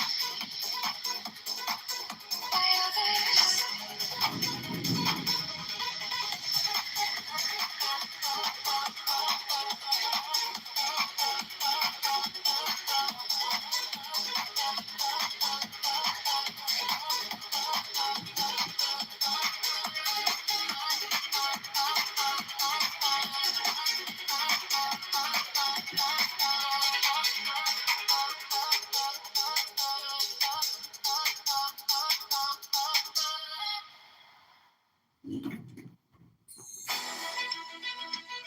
The utility of a confederacy, as well to suppress faction and to guard the internal tranquility of states, as to increase their external force and security, is in reality not a new idea.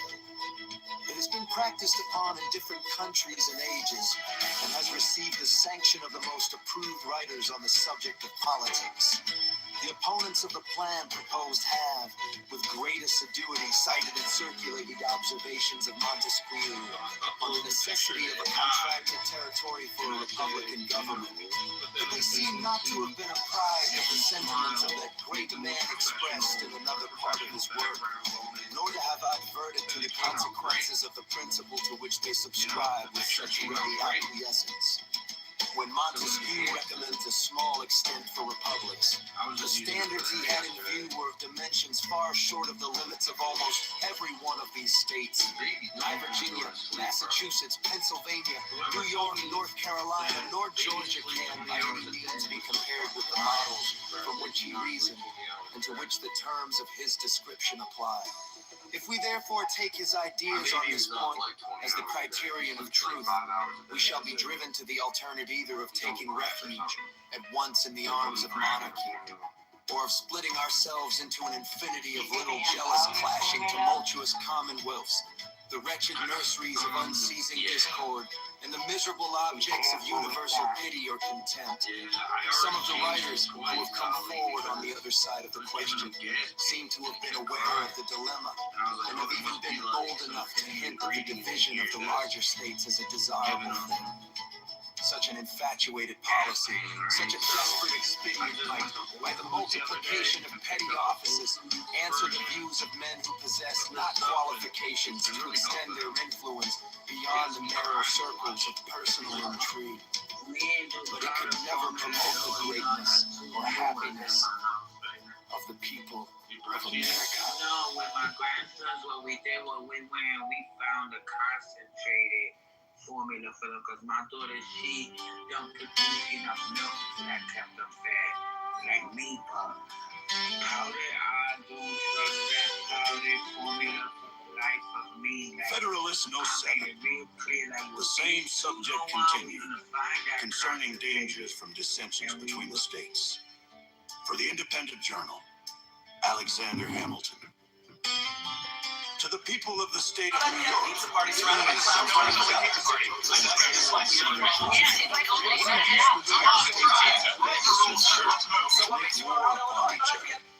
it would be a full answer to this question to say precisely the same inducements which have at different times deluged in blood all the nations in the world. But unfortunately for us, the question admits of a more particular answer. There are causes of differences within our immediate contemplation, of the tendency of which, even under the restraints of a federal constitution, we have had sufficient experience to enable us to form a judgment of what might be expected if those restraints were removed. Territorial disputes have at all times been found one of the most fertile sources of hostility among nations. Perhaps the greatest proportion of wars that have desolated the earth have sprung from this origin. This cause would exist among us in full force. We have a vast tract of unsettled territory within the boundaries of the United States. There still are discordant and undecided claims between several of them, and the dissolution of the Union would lay a foundation for similar claims between them all.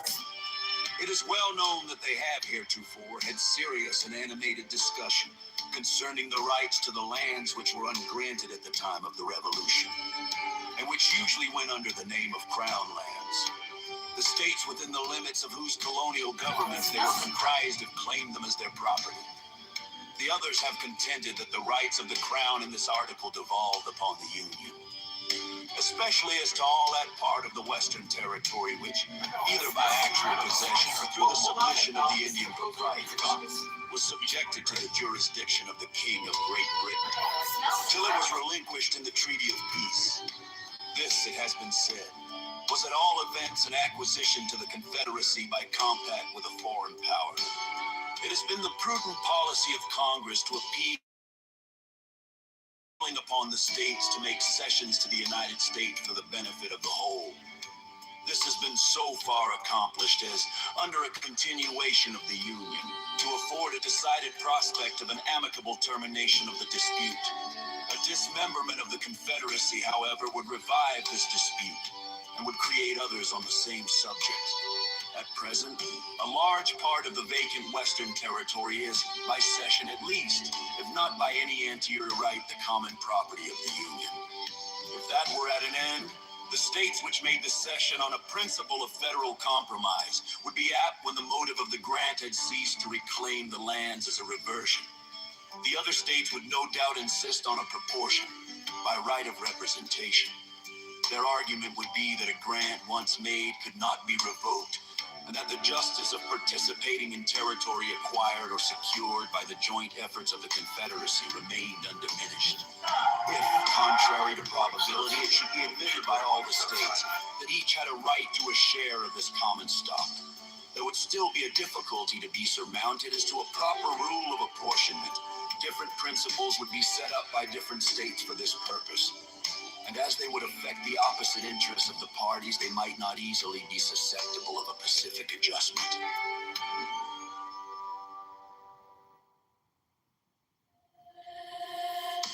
Eternity, therefore, put into the matter of mortality and everlastingness, for the generation of that depends upon eternity. Every morning starts here. Even as eternity does for God.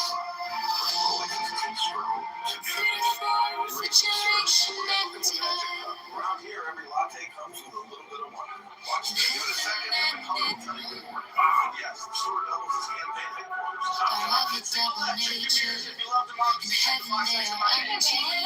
That's leadership. Sir, But on earth they are changeable and corruptible.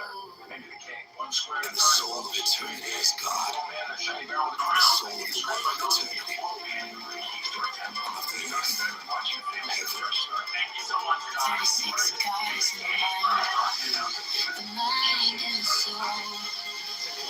The soul and the matter. All things by eternity.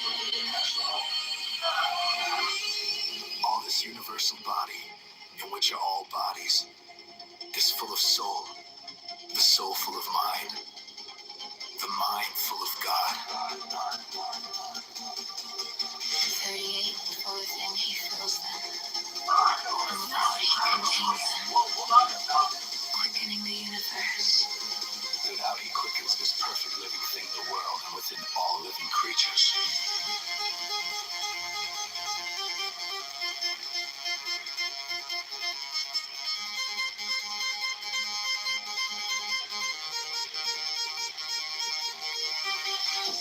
And above in heaven he abides in identity or selfness, but below upon earth he changeth generation. Foria, eternity comprehendeth the world, either by necessity, or providence, or nature. And if any man shall think any other thing, it is God that actuateth or operateth this all. But the operation or act of God is power insuperable, to which none may compare anything. Either humane or divine.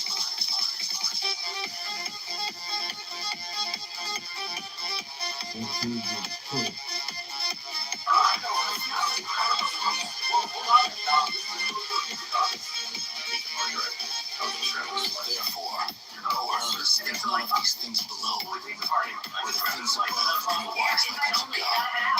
For if thou dost, thou rest from the truth. 45 for nothing can be like the unlight, and only, and one. Nor mayest thou think that he hath given up his power to any other thing. For who after him can make anything, either of life or immortality, of change or of quality? And himself, John Kitover gets kicked out of Moretti. For God is not idle, for then all things would be idle. For all things are full of God. But there is not anywhere in the world such a thing as idleness. For idleness is a name that implyeth a thing void or empty, both of a door and a thing done. But all things must necessarily be made or done both always, according to the nature of every place. For he that maketh or doth is in all things, yet not fastened or comprehended in anything, nor making or doing one thing. But all things, for being an active or operating power, and sufficient of himself for the things that are made, and the things that are made are under him. Look upon, through me, the world is subject to thy sight, and understand exactly the beauty thereof. A body perpetual, than the which there is nothing more ancient, yet always vigorous and young. See also the 7 worlds set over us, adorned with an everlasting order, and fill in eternity with a different course. For all things are full of light. But the fire is nowhere. As for the friendship and commixture of contraries and unlike, become lights shining from the act or operation of God, the Father of all good, the Prince of all order, and the ruler of the 7 worlds. 37. Look also upon the moon, the forerunner of them all, the instrument of nature, and which changeth the matter here below. 50. Behold the earth, the middle of the whole, the firm and stable, foundation of the fair world, the feeder and nurse of earthly things.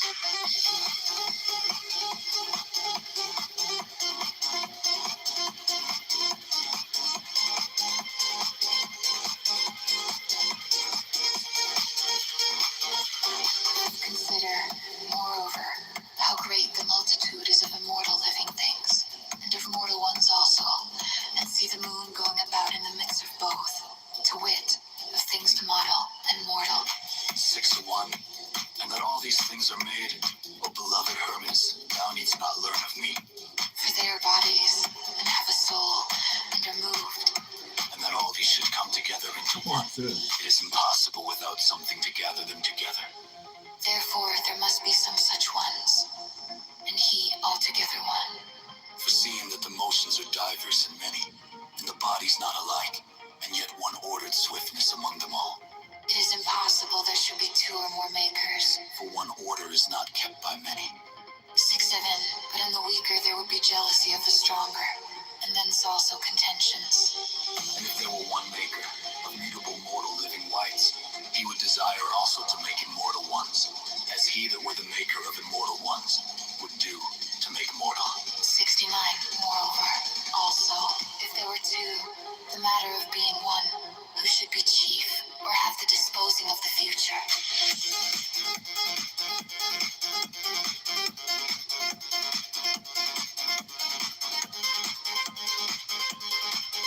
Or if both of them, which of them the greater party?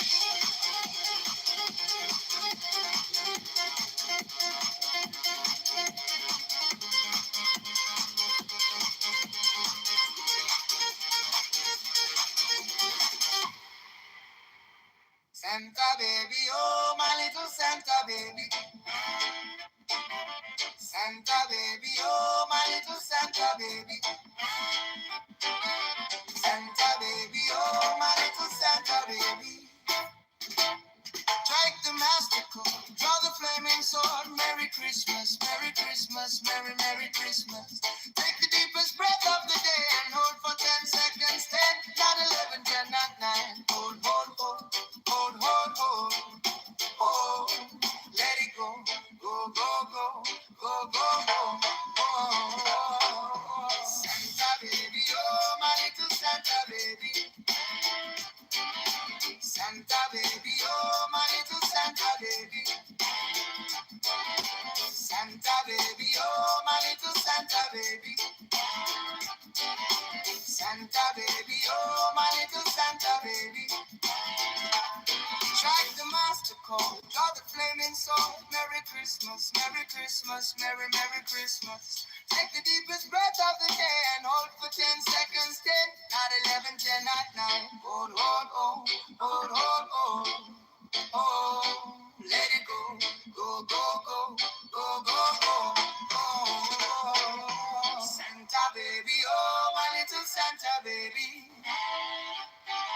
Santa baby, oh my little Santa baby.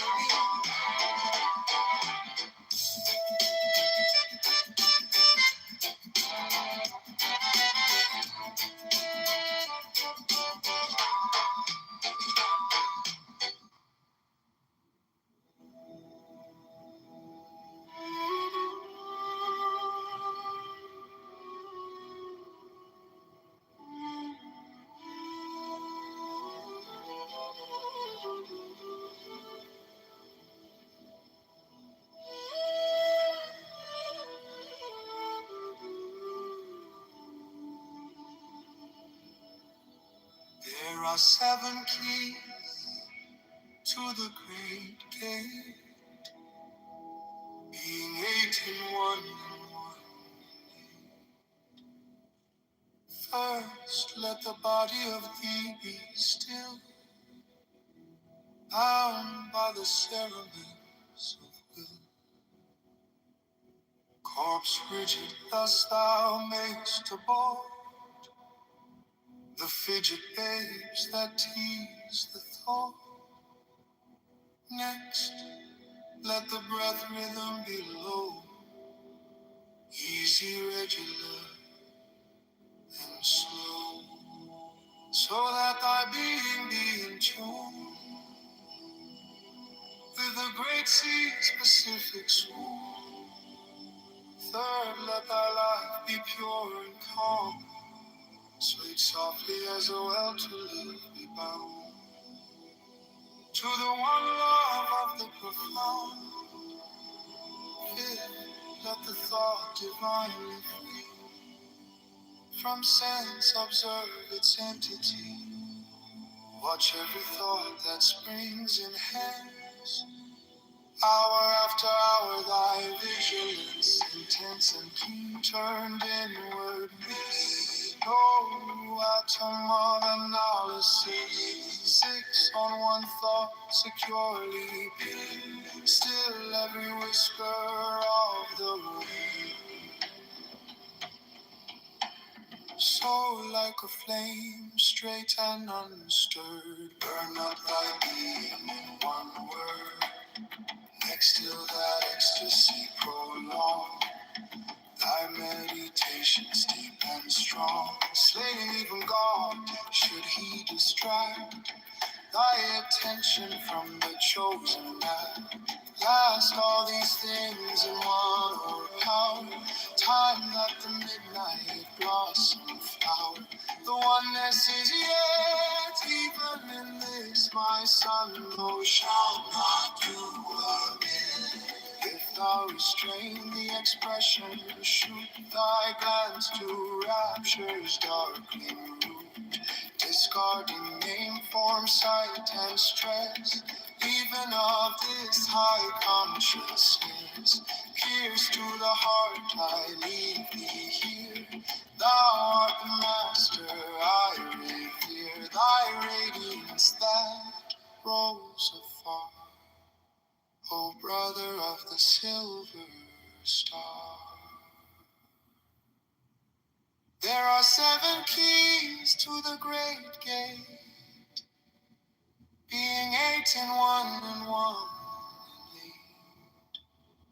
First, let the body of thee be still, bound by the cerements of will. Corpse rigid, thus thou mayest abort the fidget babes that tease the thought. Next, let the breath rhythm be low, easy, regular, and slow, so that thy being be in tune with the great sea's Pacific swoon. Hello, and happy Third, let thy life be pure and calm, swayed softly as a well to leave me bound to the one love of the profound. Fifth, let the thought divinely free from sense observe its entity. Watch every thought that springs in hands. Hour after hour thy vigilance, intense and keen, turned inward miss. No atom of analysis, fixed on one thought securely pinned. Still every whisper of the wind. So like a flame straight and unstirred, burn up thy being in one word. Next till that ecstasy prolonged, thy meditations deep and strong. Slaying even God, should he distract thy attention from the chosen man. Last all these things in one or power, time not the midnight blossom.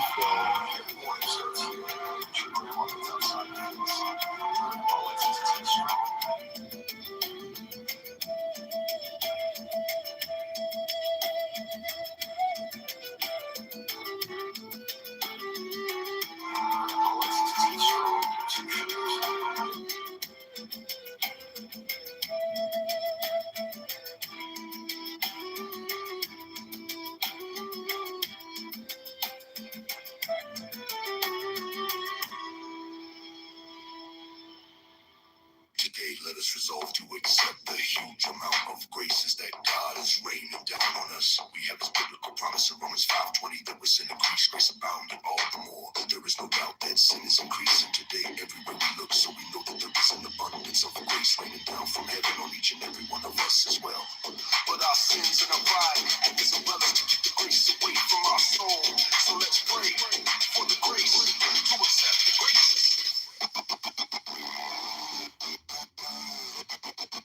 Today, let us resolve.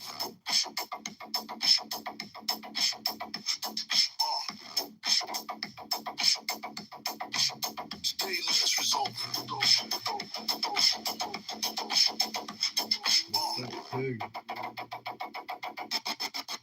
Today, let us resolve to accept the huge amount of grace that God is raining down on us. We have His biblical promise in Romans 5:20 that with sin increase, grace abounding all the more. There is no doubt that sin is increasing today everywhere we look, so we know that there is an abundance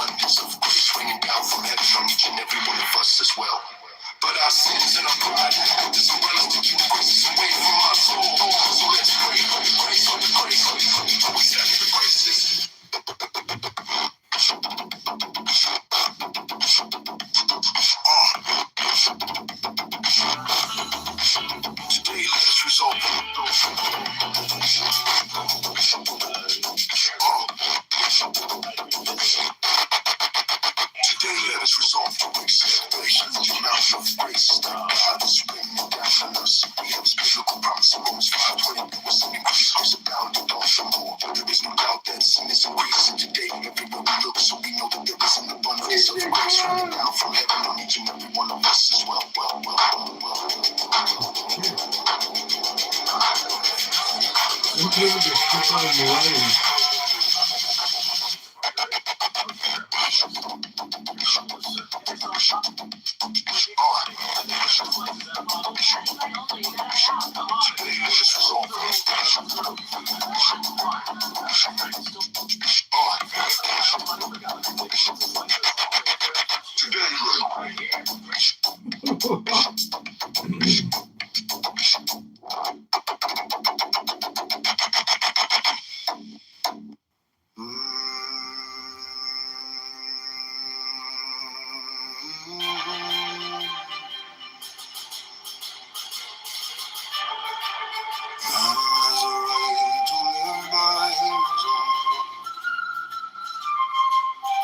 To live in the way that he wills to do, to work as he will, to play as he will, to rest as he will, to die when and how he will.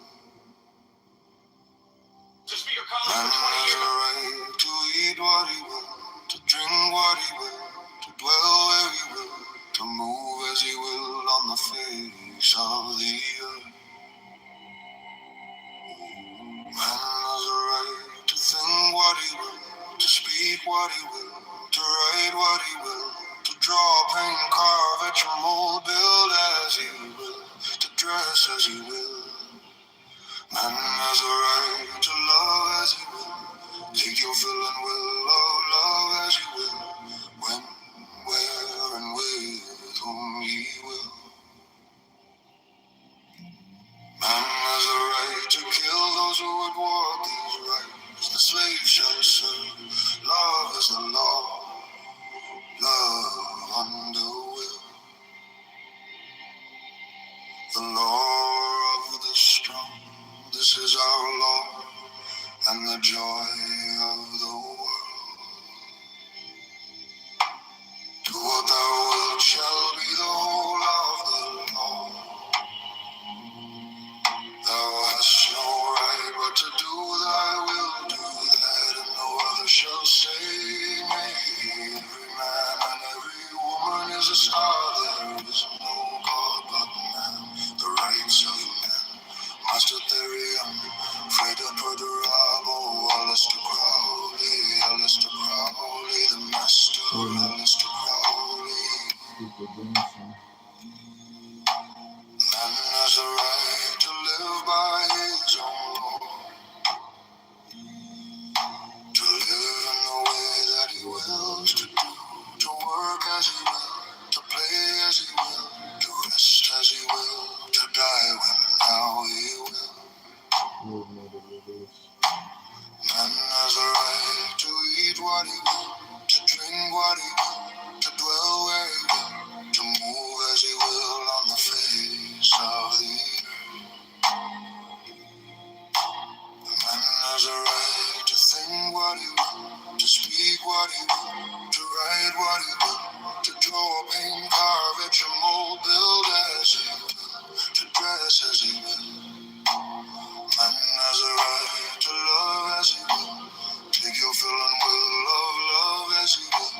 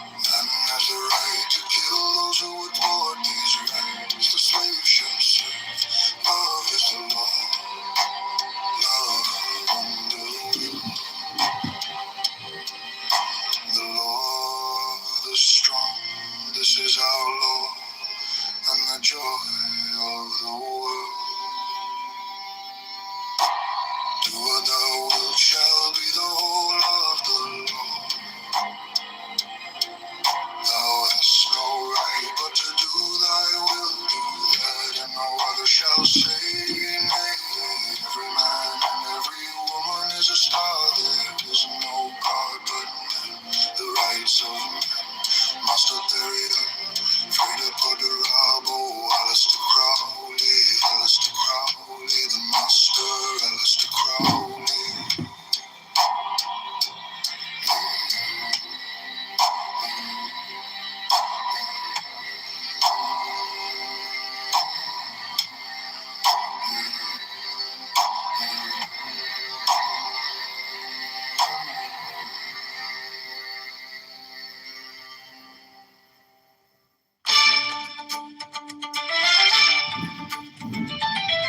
This picture is not too highly wrought, though I confess it would not long remain at just one safety. From external danger is the most powerful director of national conduct. Even the ardent love of liberty will, after a time, give way to its dictates. The violent destruction of life and property incident to war.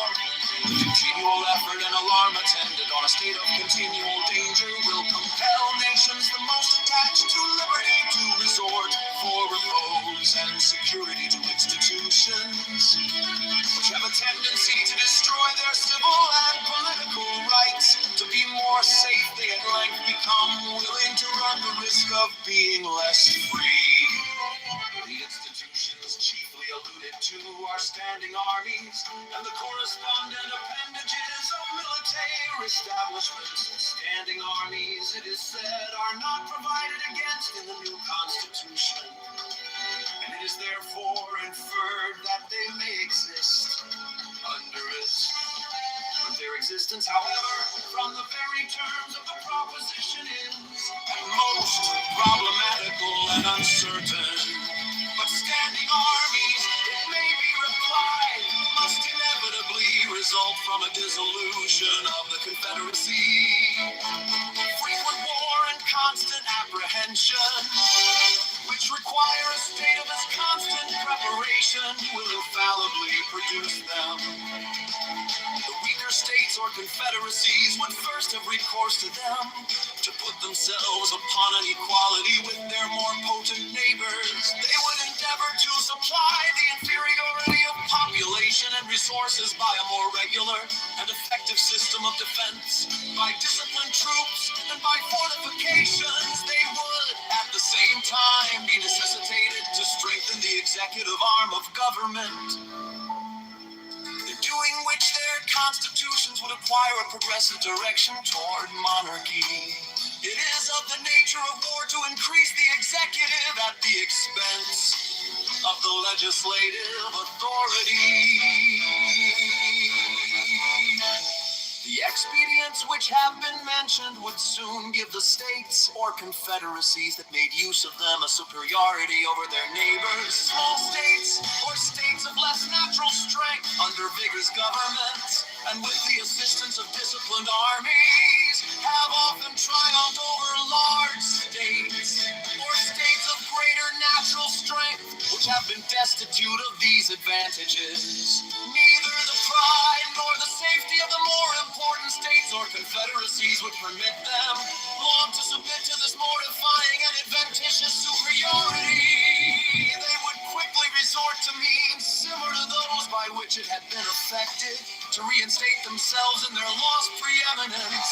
Thus we should in a little time see established in every part of this country the same which have been the scourge of the old world, at least would be the natural course of things, and our reasonings will be the more likely to be just in proportion as they are accommodated to the standard. These are not vague inferences drawn from supposed or speculative defects in a constitution, the whole power of which is lodged in the hands of a people or their representatives and delegates, but they are solid conclusions drawn from the natural and necessary progress of human affairs.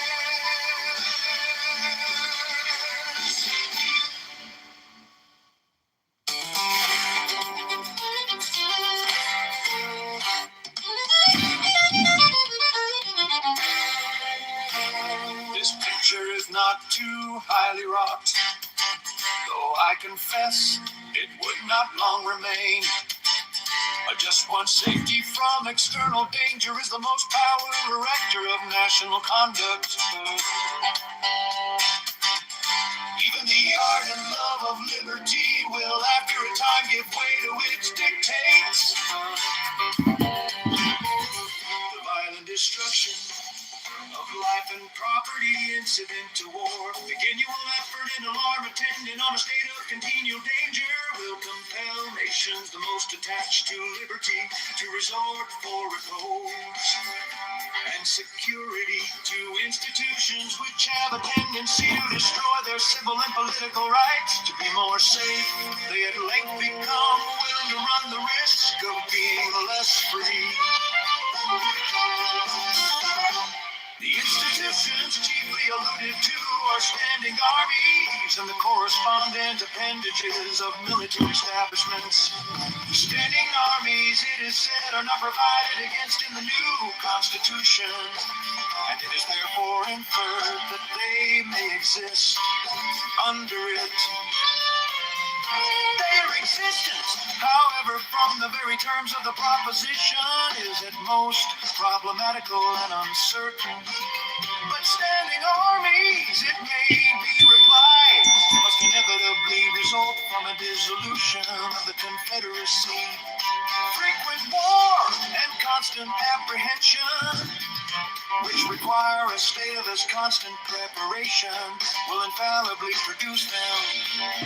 The weaker states or confederacies would first have recourse to them to put themselves upon an equality with their more potent neighbors. They would endeavor to supply the inferiority of population and resources by a more regular and effective system of defense, by disciplined troops, and by fortifications. They would at the same time be necessitated to strengthen the executive arm of government, in doing which their constitutions would acquire a progressive direction toward monarchy.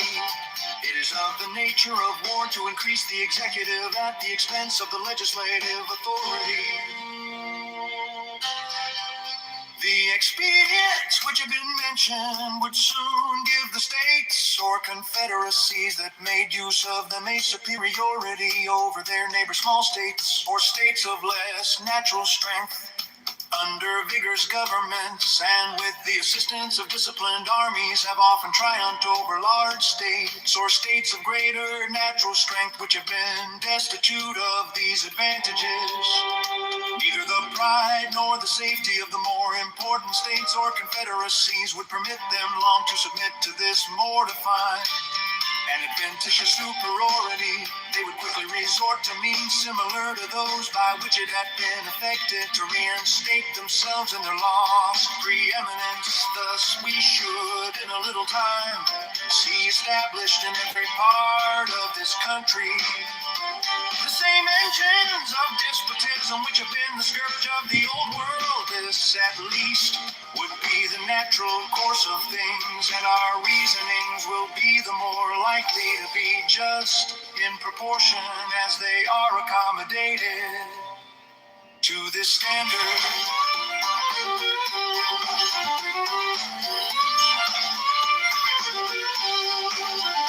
These are not vague inferences drawn from supposed or speculative defects in a constitution,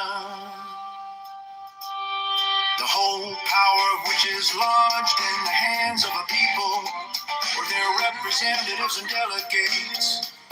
But they are solid conclusions drawn from the natural and necessary progress of human affairs.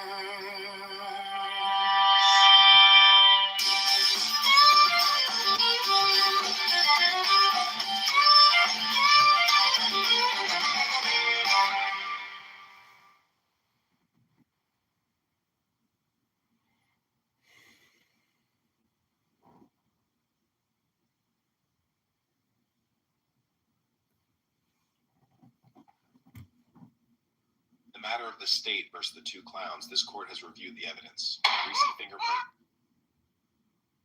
Reviewing all the evidence, I hereby find this is perfect. Best lunch I've ever.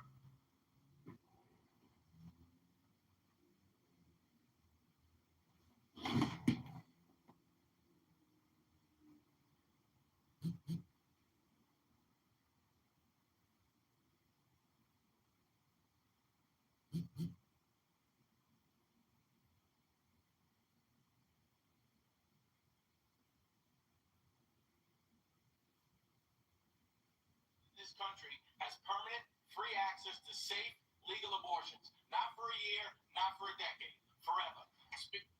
The hidden sun lies within this temple. By this cup, spirit and matter are joined. I built this place from a single griddle and a dream. Every patty we flip, every neighbor we. Speaker, I rise today to demand.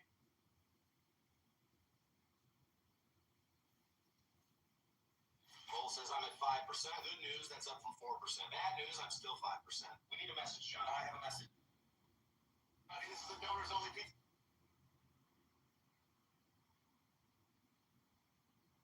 Expect this kind of campaign stop. Best way to reach the people is with extra cheese. Can't argue with that. He was just sitting there. Take this back.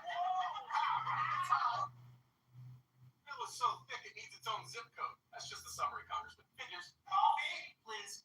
And maybe a forklift for the. Breaking news tonight. John Kitover has won the United States congressional race for Illinois 16th District. Gentlemen and good ladies, we meet here in Boston not to grumble but to declare what is rightfully ours. Every man is born with natural rights granted by God. Madam Speaker, members of Congress, we argue about policy for hours every day, but there is a simpler habit that shapes citizens more than any bill we pass. Everybody, I'm John Kitover coming to you live from 2026, where our phones are smart but our chargers vanish like socks in the dryer.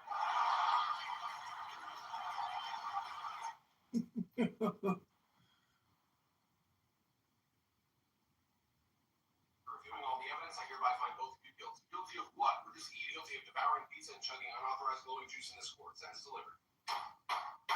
Guess we'll take the punishment. Court's reviewing all the evidence. Welcome aboard the Slice Bar. Bus, headquarters, kitchen, and campaign machine all in one. Smells like victory. And pepperoni. And a little garlic butter, if we're honest. The polls say we're rising faster than a bee. Welcome aboard the Slice Bar. Hey folks, I see the Democrats brought charts and I brought common sense. Here we go. Also, this is the national debt. Printed it out. Hope you have a forklift for the appendix. Peace out, please. Hey folks, I see.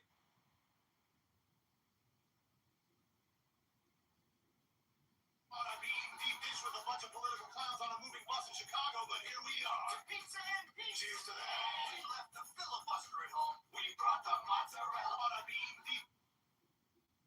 Speaker, I came here to fix Congress, but I can't even fix the coffee machine. Maybe you should file a bill for that. Already drafted. 23 co-sponsors and a clause for extra cream. That's one way to get bipartisan support. The only thing ever, Speaker, I came. Ready ends today, Your Majesty. It's a challenge the King of England for liberty. Unhand me. Tell Parliament the colonies will be free. 2.5 centuries later, our fight for representation continues. Ready ends. The Kitover's wands. Every one of these is hand-turned from local wood and matched to the wizard who's going to wield it. Craftsmanship matters, and so does the person up behind it. It's the same. This has been my life for more than 2 decades.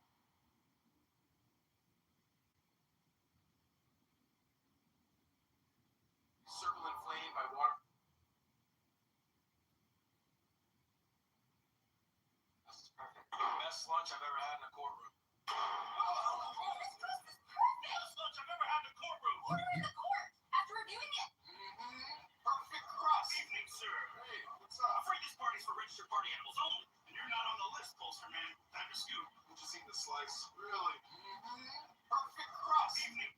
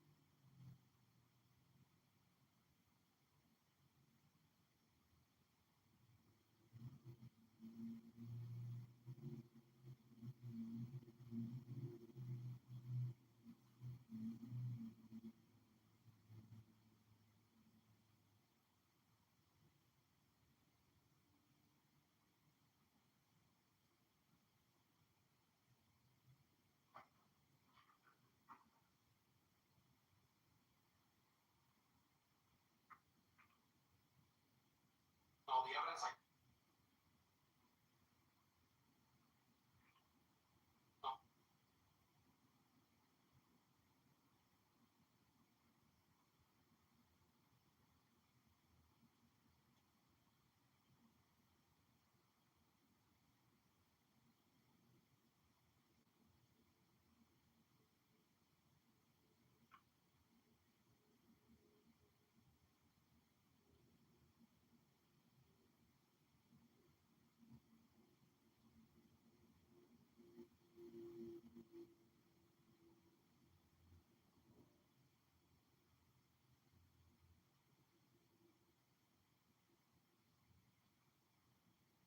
am John.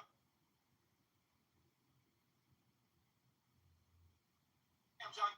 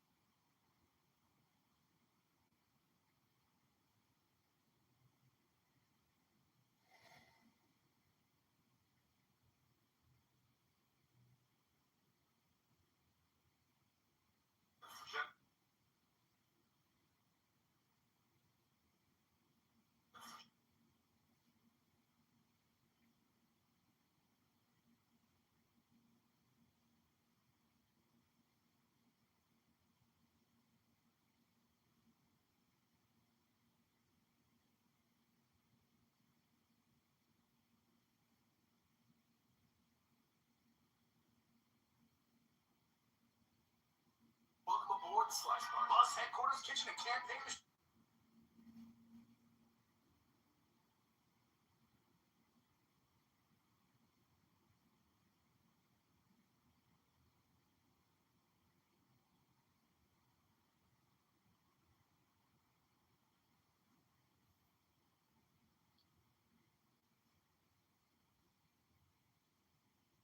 Eating deep dish with a bunch of political clowns on a moving bus in Chicago.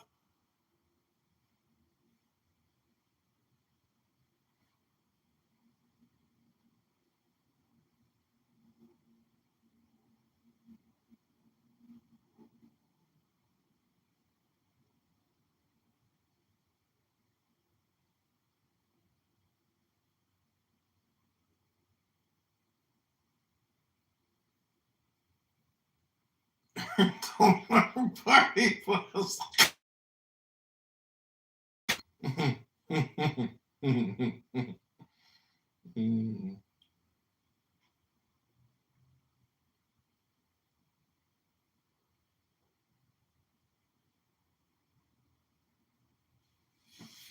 You're a traitor to the Constitution. Second, let's stand with ICE and more priority boss. Gentlemen, good ladies, we meet here in Boston not to. Madam Speaker,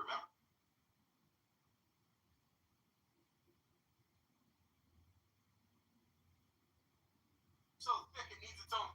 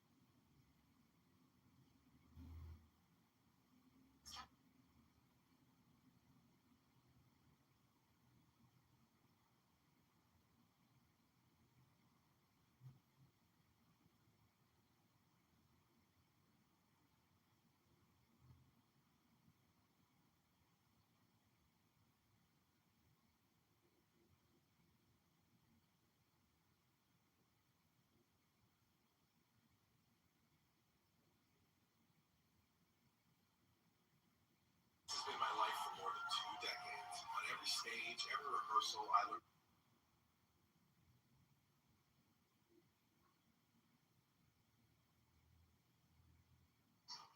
As much as you can, take even deeper breaths and help push out the lungs from the back. Most challenges. This has been my life for more than 2 days.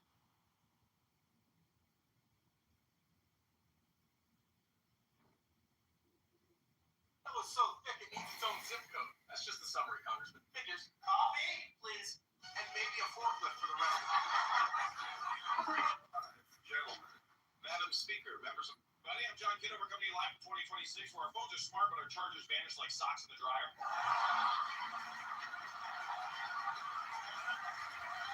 Buddy, given all the evidence, I hereby find both of you guilty. Guilty of what? We're just guilty of devouring pizza and chugging unauthorized glowing juice in this court. That's delivered. Book of board slash bus headquarters, kitchen, and campaign machine all in one. It smells like victory. And pepperoni.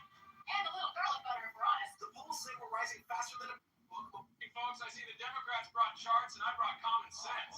Here we go. Also, this is the national debt. Printed it out. Hope you have a forklift for the appendix. It's offering its work. I mean, deep dish with a bunch of political clowns on a moving bus in Chicago, but here we are. Pizza and peace. Cheers to that. We left the filibuster at home. We brought the mozzarella. Speaker, I came here to fix Congress, but I can't even fix the coffee machine. Maybe you should file a bill for that. Already drafted. It ends today, Your Majesty. You should challenge the King of England for liberty. Unhand me. Tell Parliament the colonies will be Kitover's wands. Every one of these is hand. This has been my life for more than 2 decades. the best lunch I've ever had in a courtroom.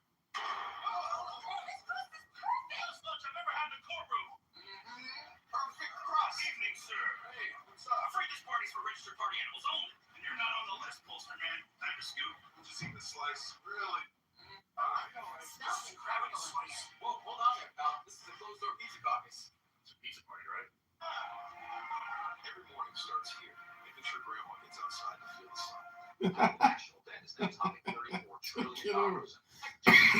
Talk about the 4 horsemen of my wallet: debt, borrowing, spending, and taxing. They gallop in, take my sandwich, and gallop out. Borrowing is like asking future me for a loan. He always says yes because he knows justice roll down like waters.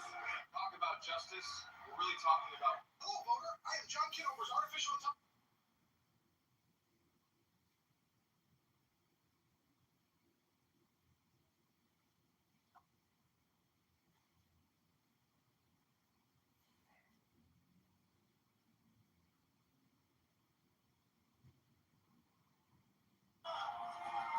Every morning starts here.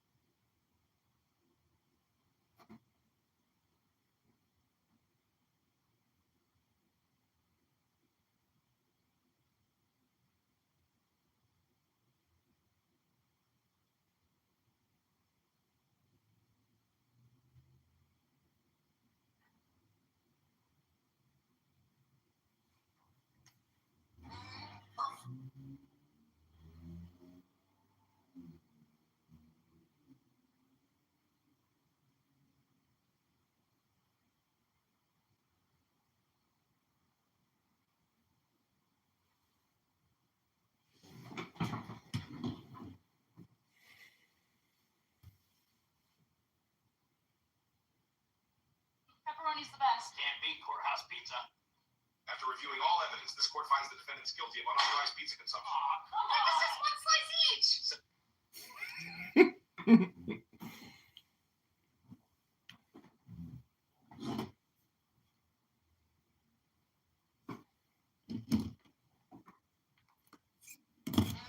Perfect cross. Evenings.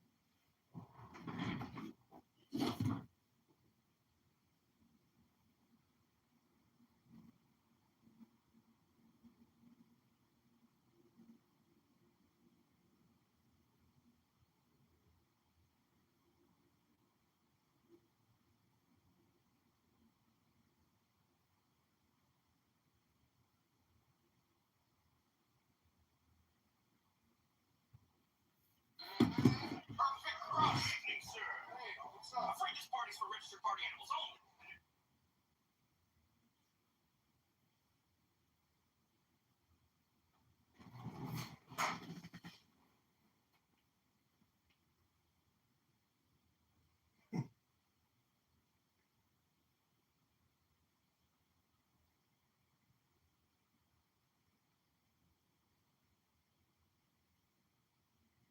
Delmer Pizza.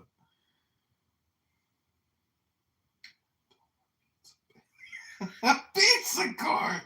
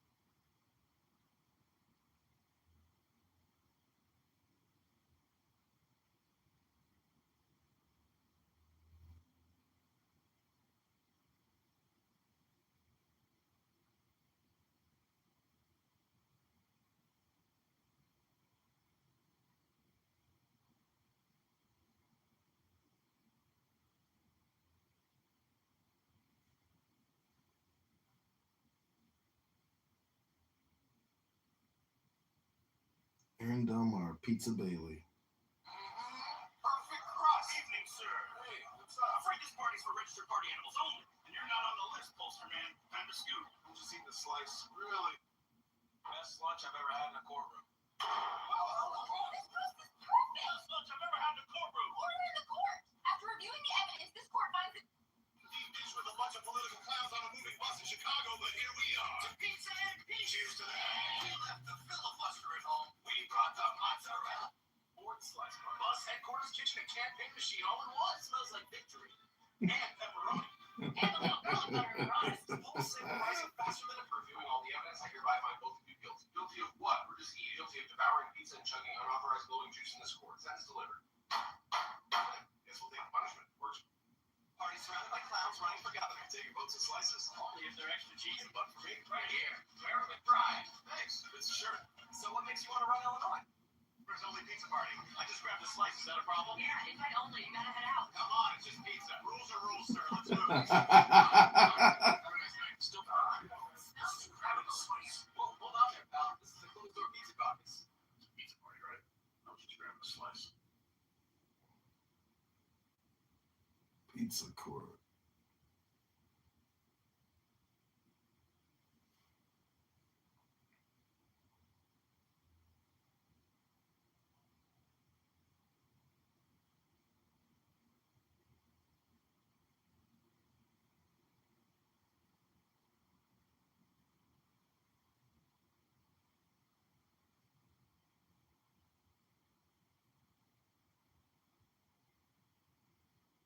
Who is this?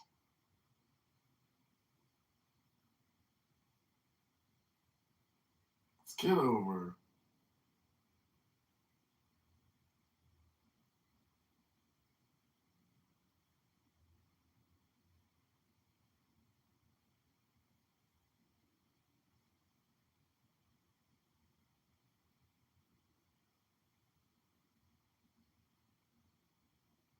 Democrats versus John Kitover. Enjoy the triple trolling.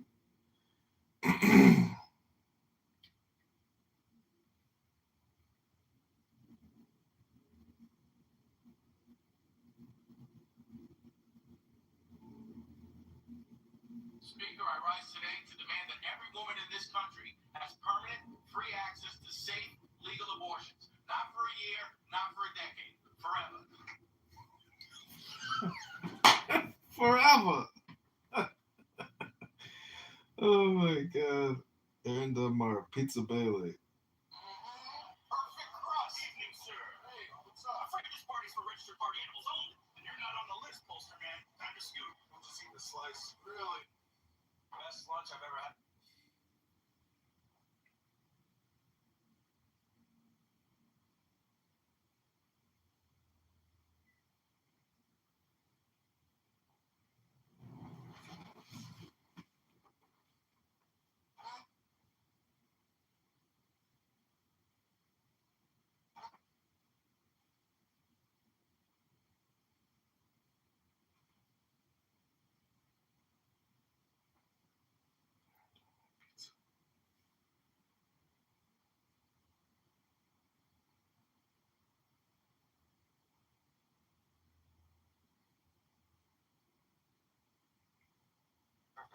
Best lunch I've ever.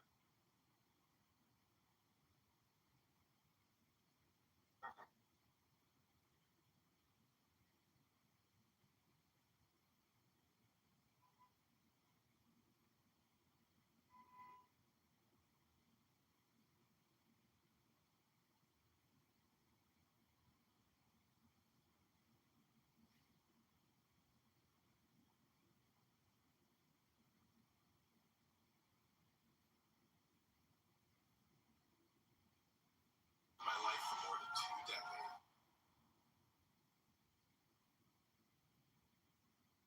One.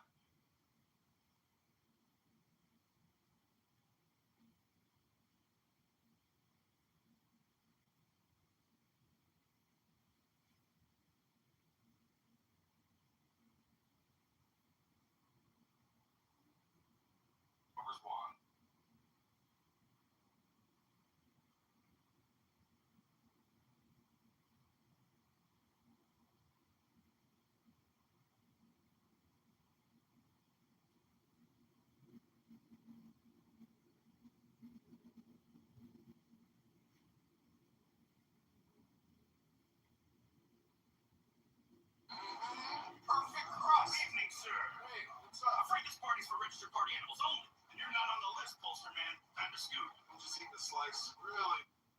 Best lunch I've ever had in a courtroom. Oh, this crust is perfect. Best lunch I've ever had in a courtroom. Order in the court. After reviewing the evidence, this court finds it. Deep dish with a bunch of political clowns on a moving bus in Chicago, but here we are. To pizza and peace. Cheers to that. We left the filibuster at home.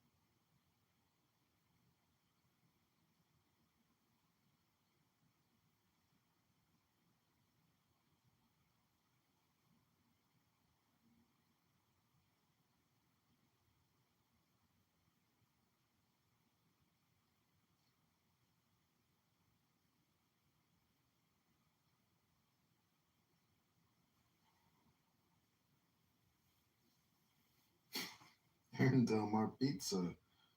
The Darren LaHood vaccine. Hello? Thank you for proving my point. Hello?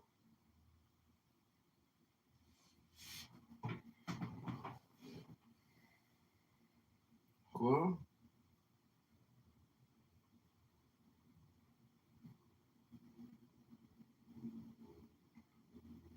Homies, the county sends you a property tax bill every year. That bill pays for school. Signal left, check your mirrors, and if you love democracy, check the box next to mine. I learned playing chess today as the piece, not the player. They made me square to voters love a good pothole story. We'll call the plan Pave the Way. Trust me, it polls great. Yeah.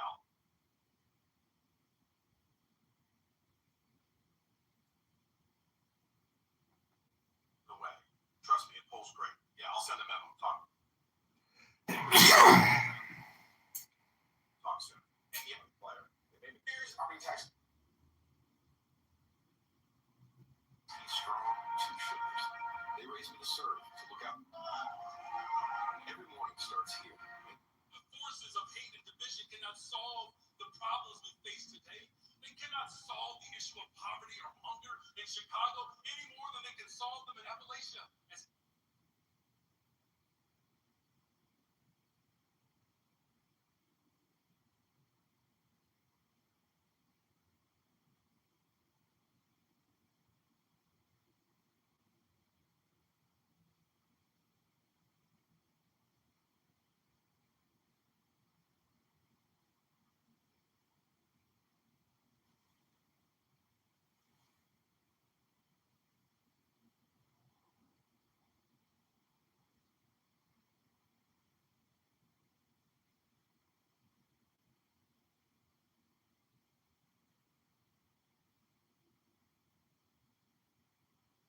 King put it quite clearly.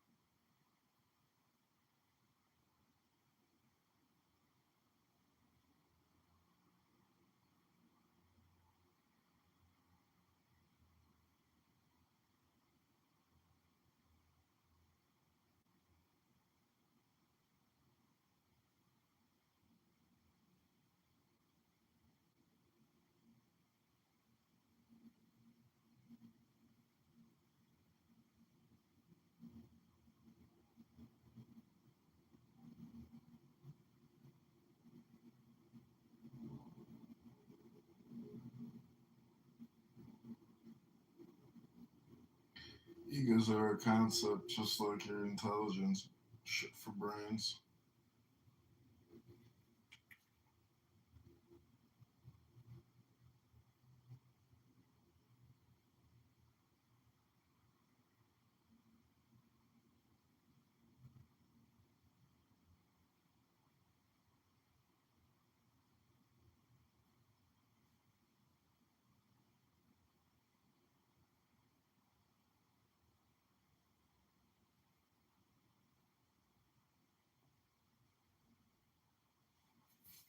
Darren Bailey, the Darren Bailey party bus.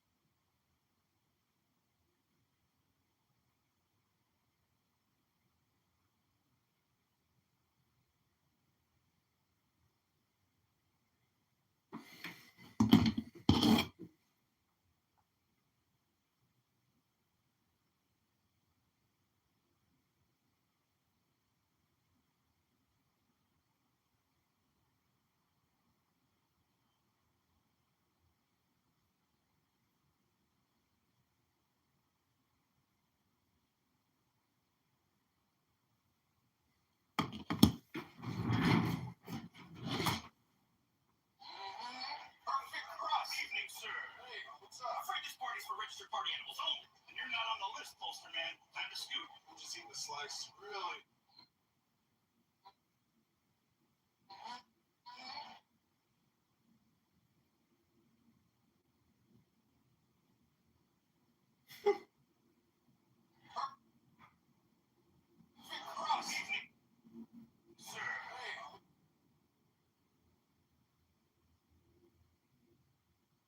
Kitover's wands. Every one of these is hand-turned from local wood and matched to the Kitover.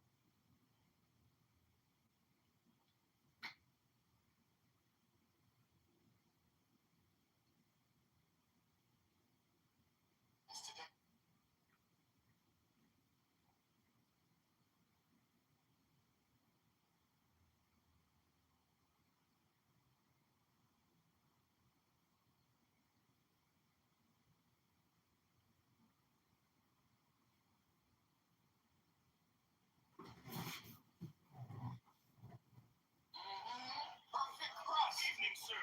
Hey, what's up? Afraid this party's for registered party animals only. And you're not on the list, poster man. Time to scoot. I'm just eating the slice. Really? Best lunch I've ever had in a courtroom.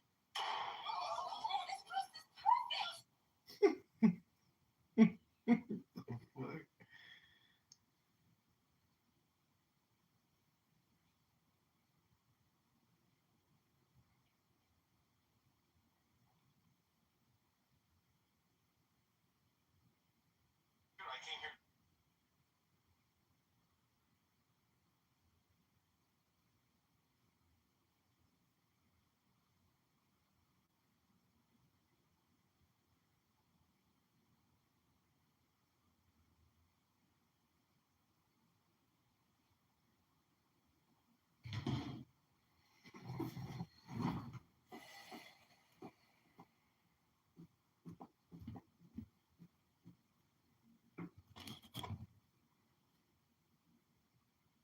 President, I've learned that leadership starts.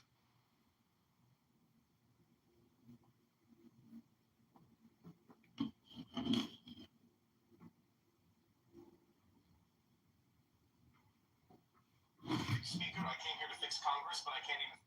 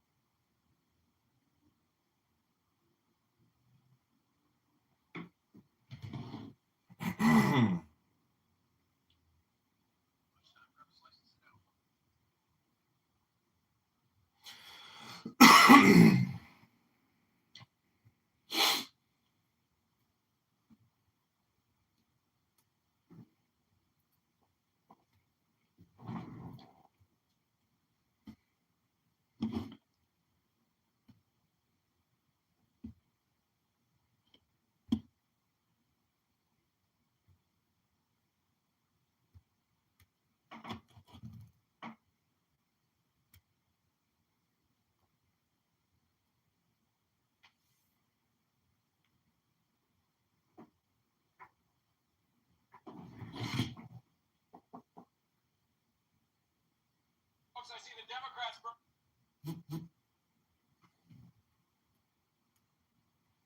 I see the Democrats brought charts and I brought common sense. Here we go. Also, this is the national debt. Printed it out. Hope you have a forklift for the.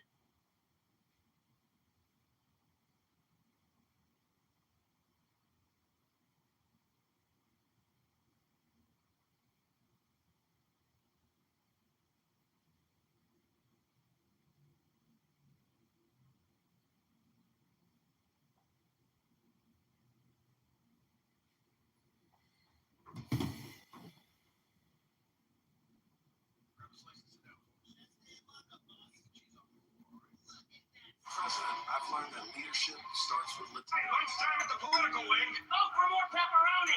Buddy, this is a donors-only pizza party. I just grabbed a slice. Cole says I'm at 5%. Every morning I take a seat under the solar. Speaker, I rise today to demand that every of the hidden sun rise within this temple. By this cup, spirit and matter are joined. Light of the aeon, give us knowledge and joy. Let the word be spoken and the heart be opened. Bless them of the hidden sun rise within this temple. By this cup, spirit and matter are joined. Light of the aeon, give us knowledge and joy. Let the word be spoken and the heart be opened. Bless them of the hidden sun rise within. I built this place from a single griddle and a dream. Every patty we flip.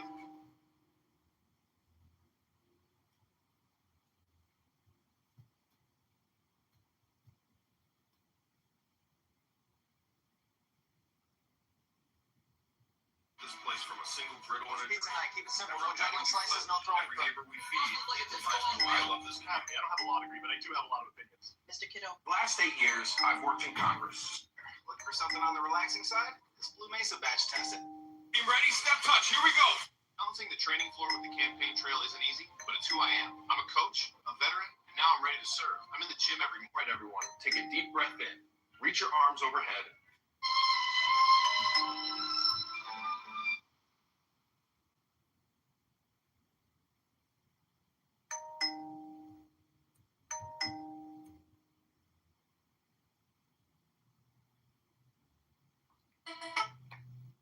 The training floor with the campaign trail isn't easy, but it's who I am. I'm a coach, a veteran.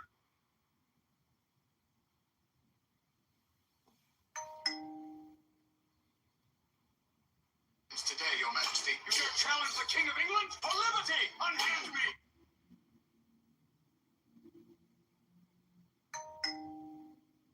It's today, Your Majesty. You shall challenge the King of England.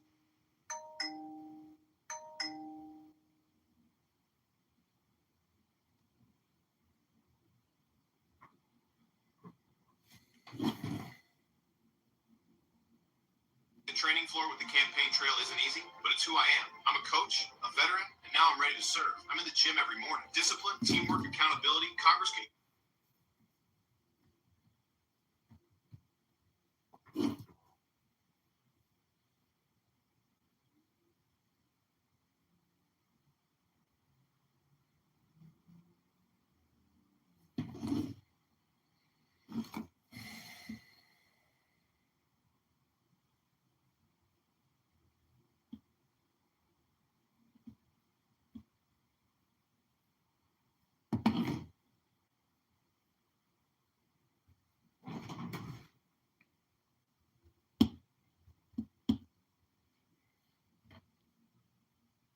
President, I have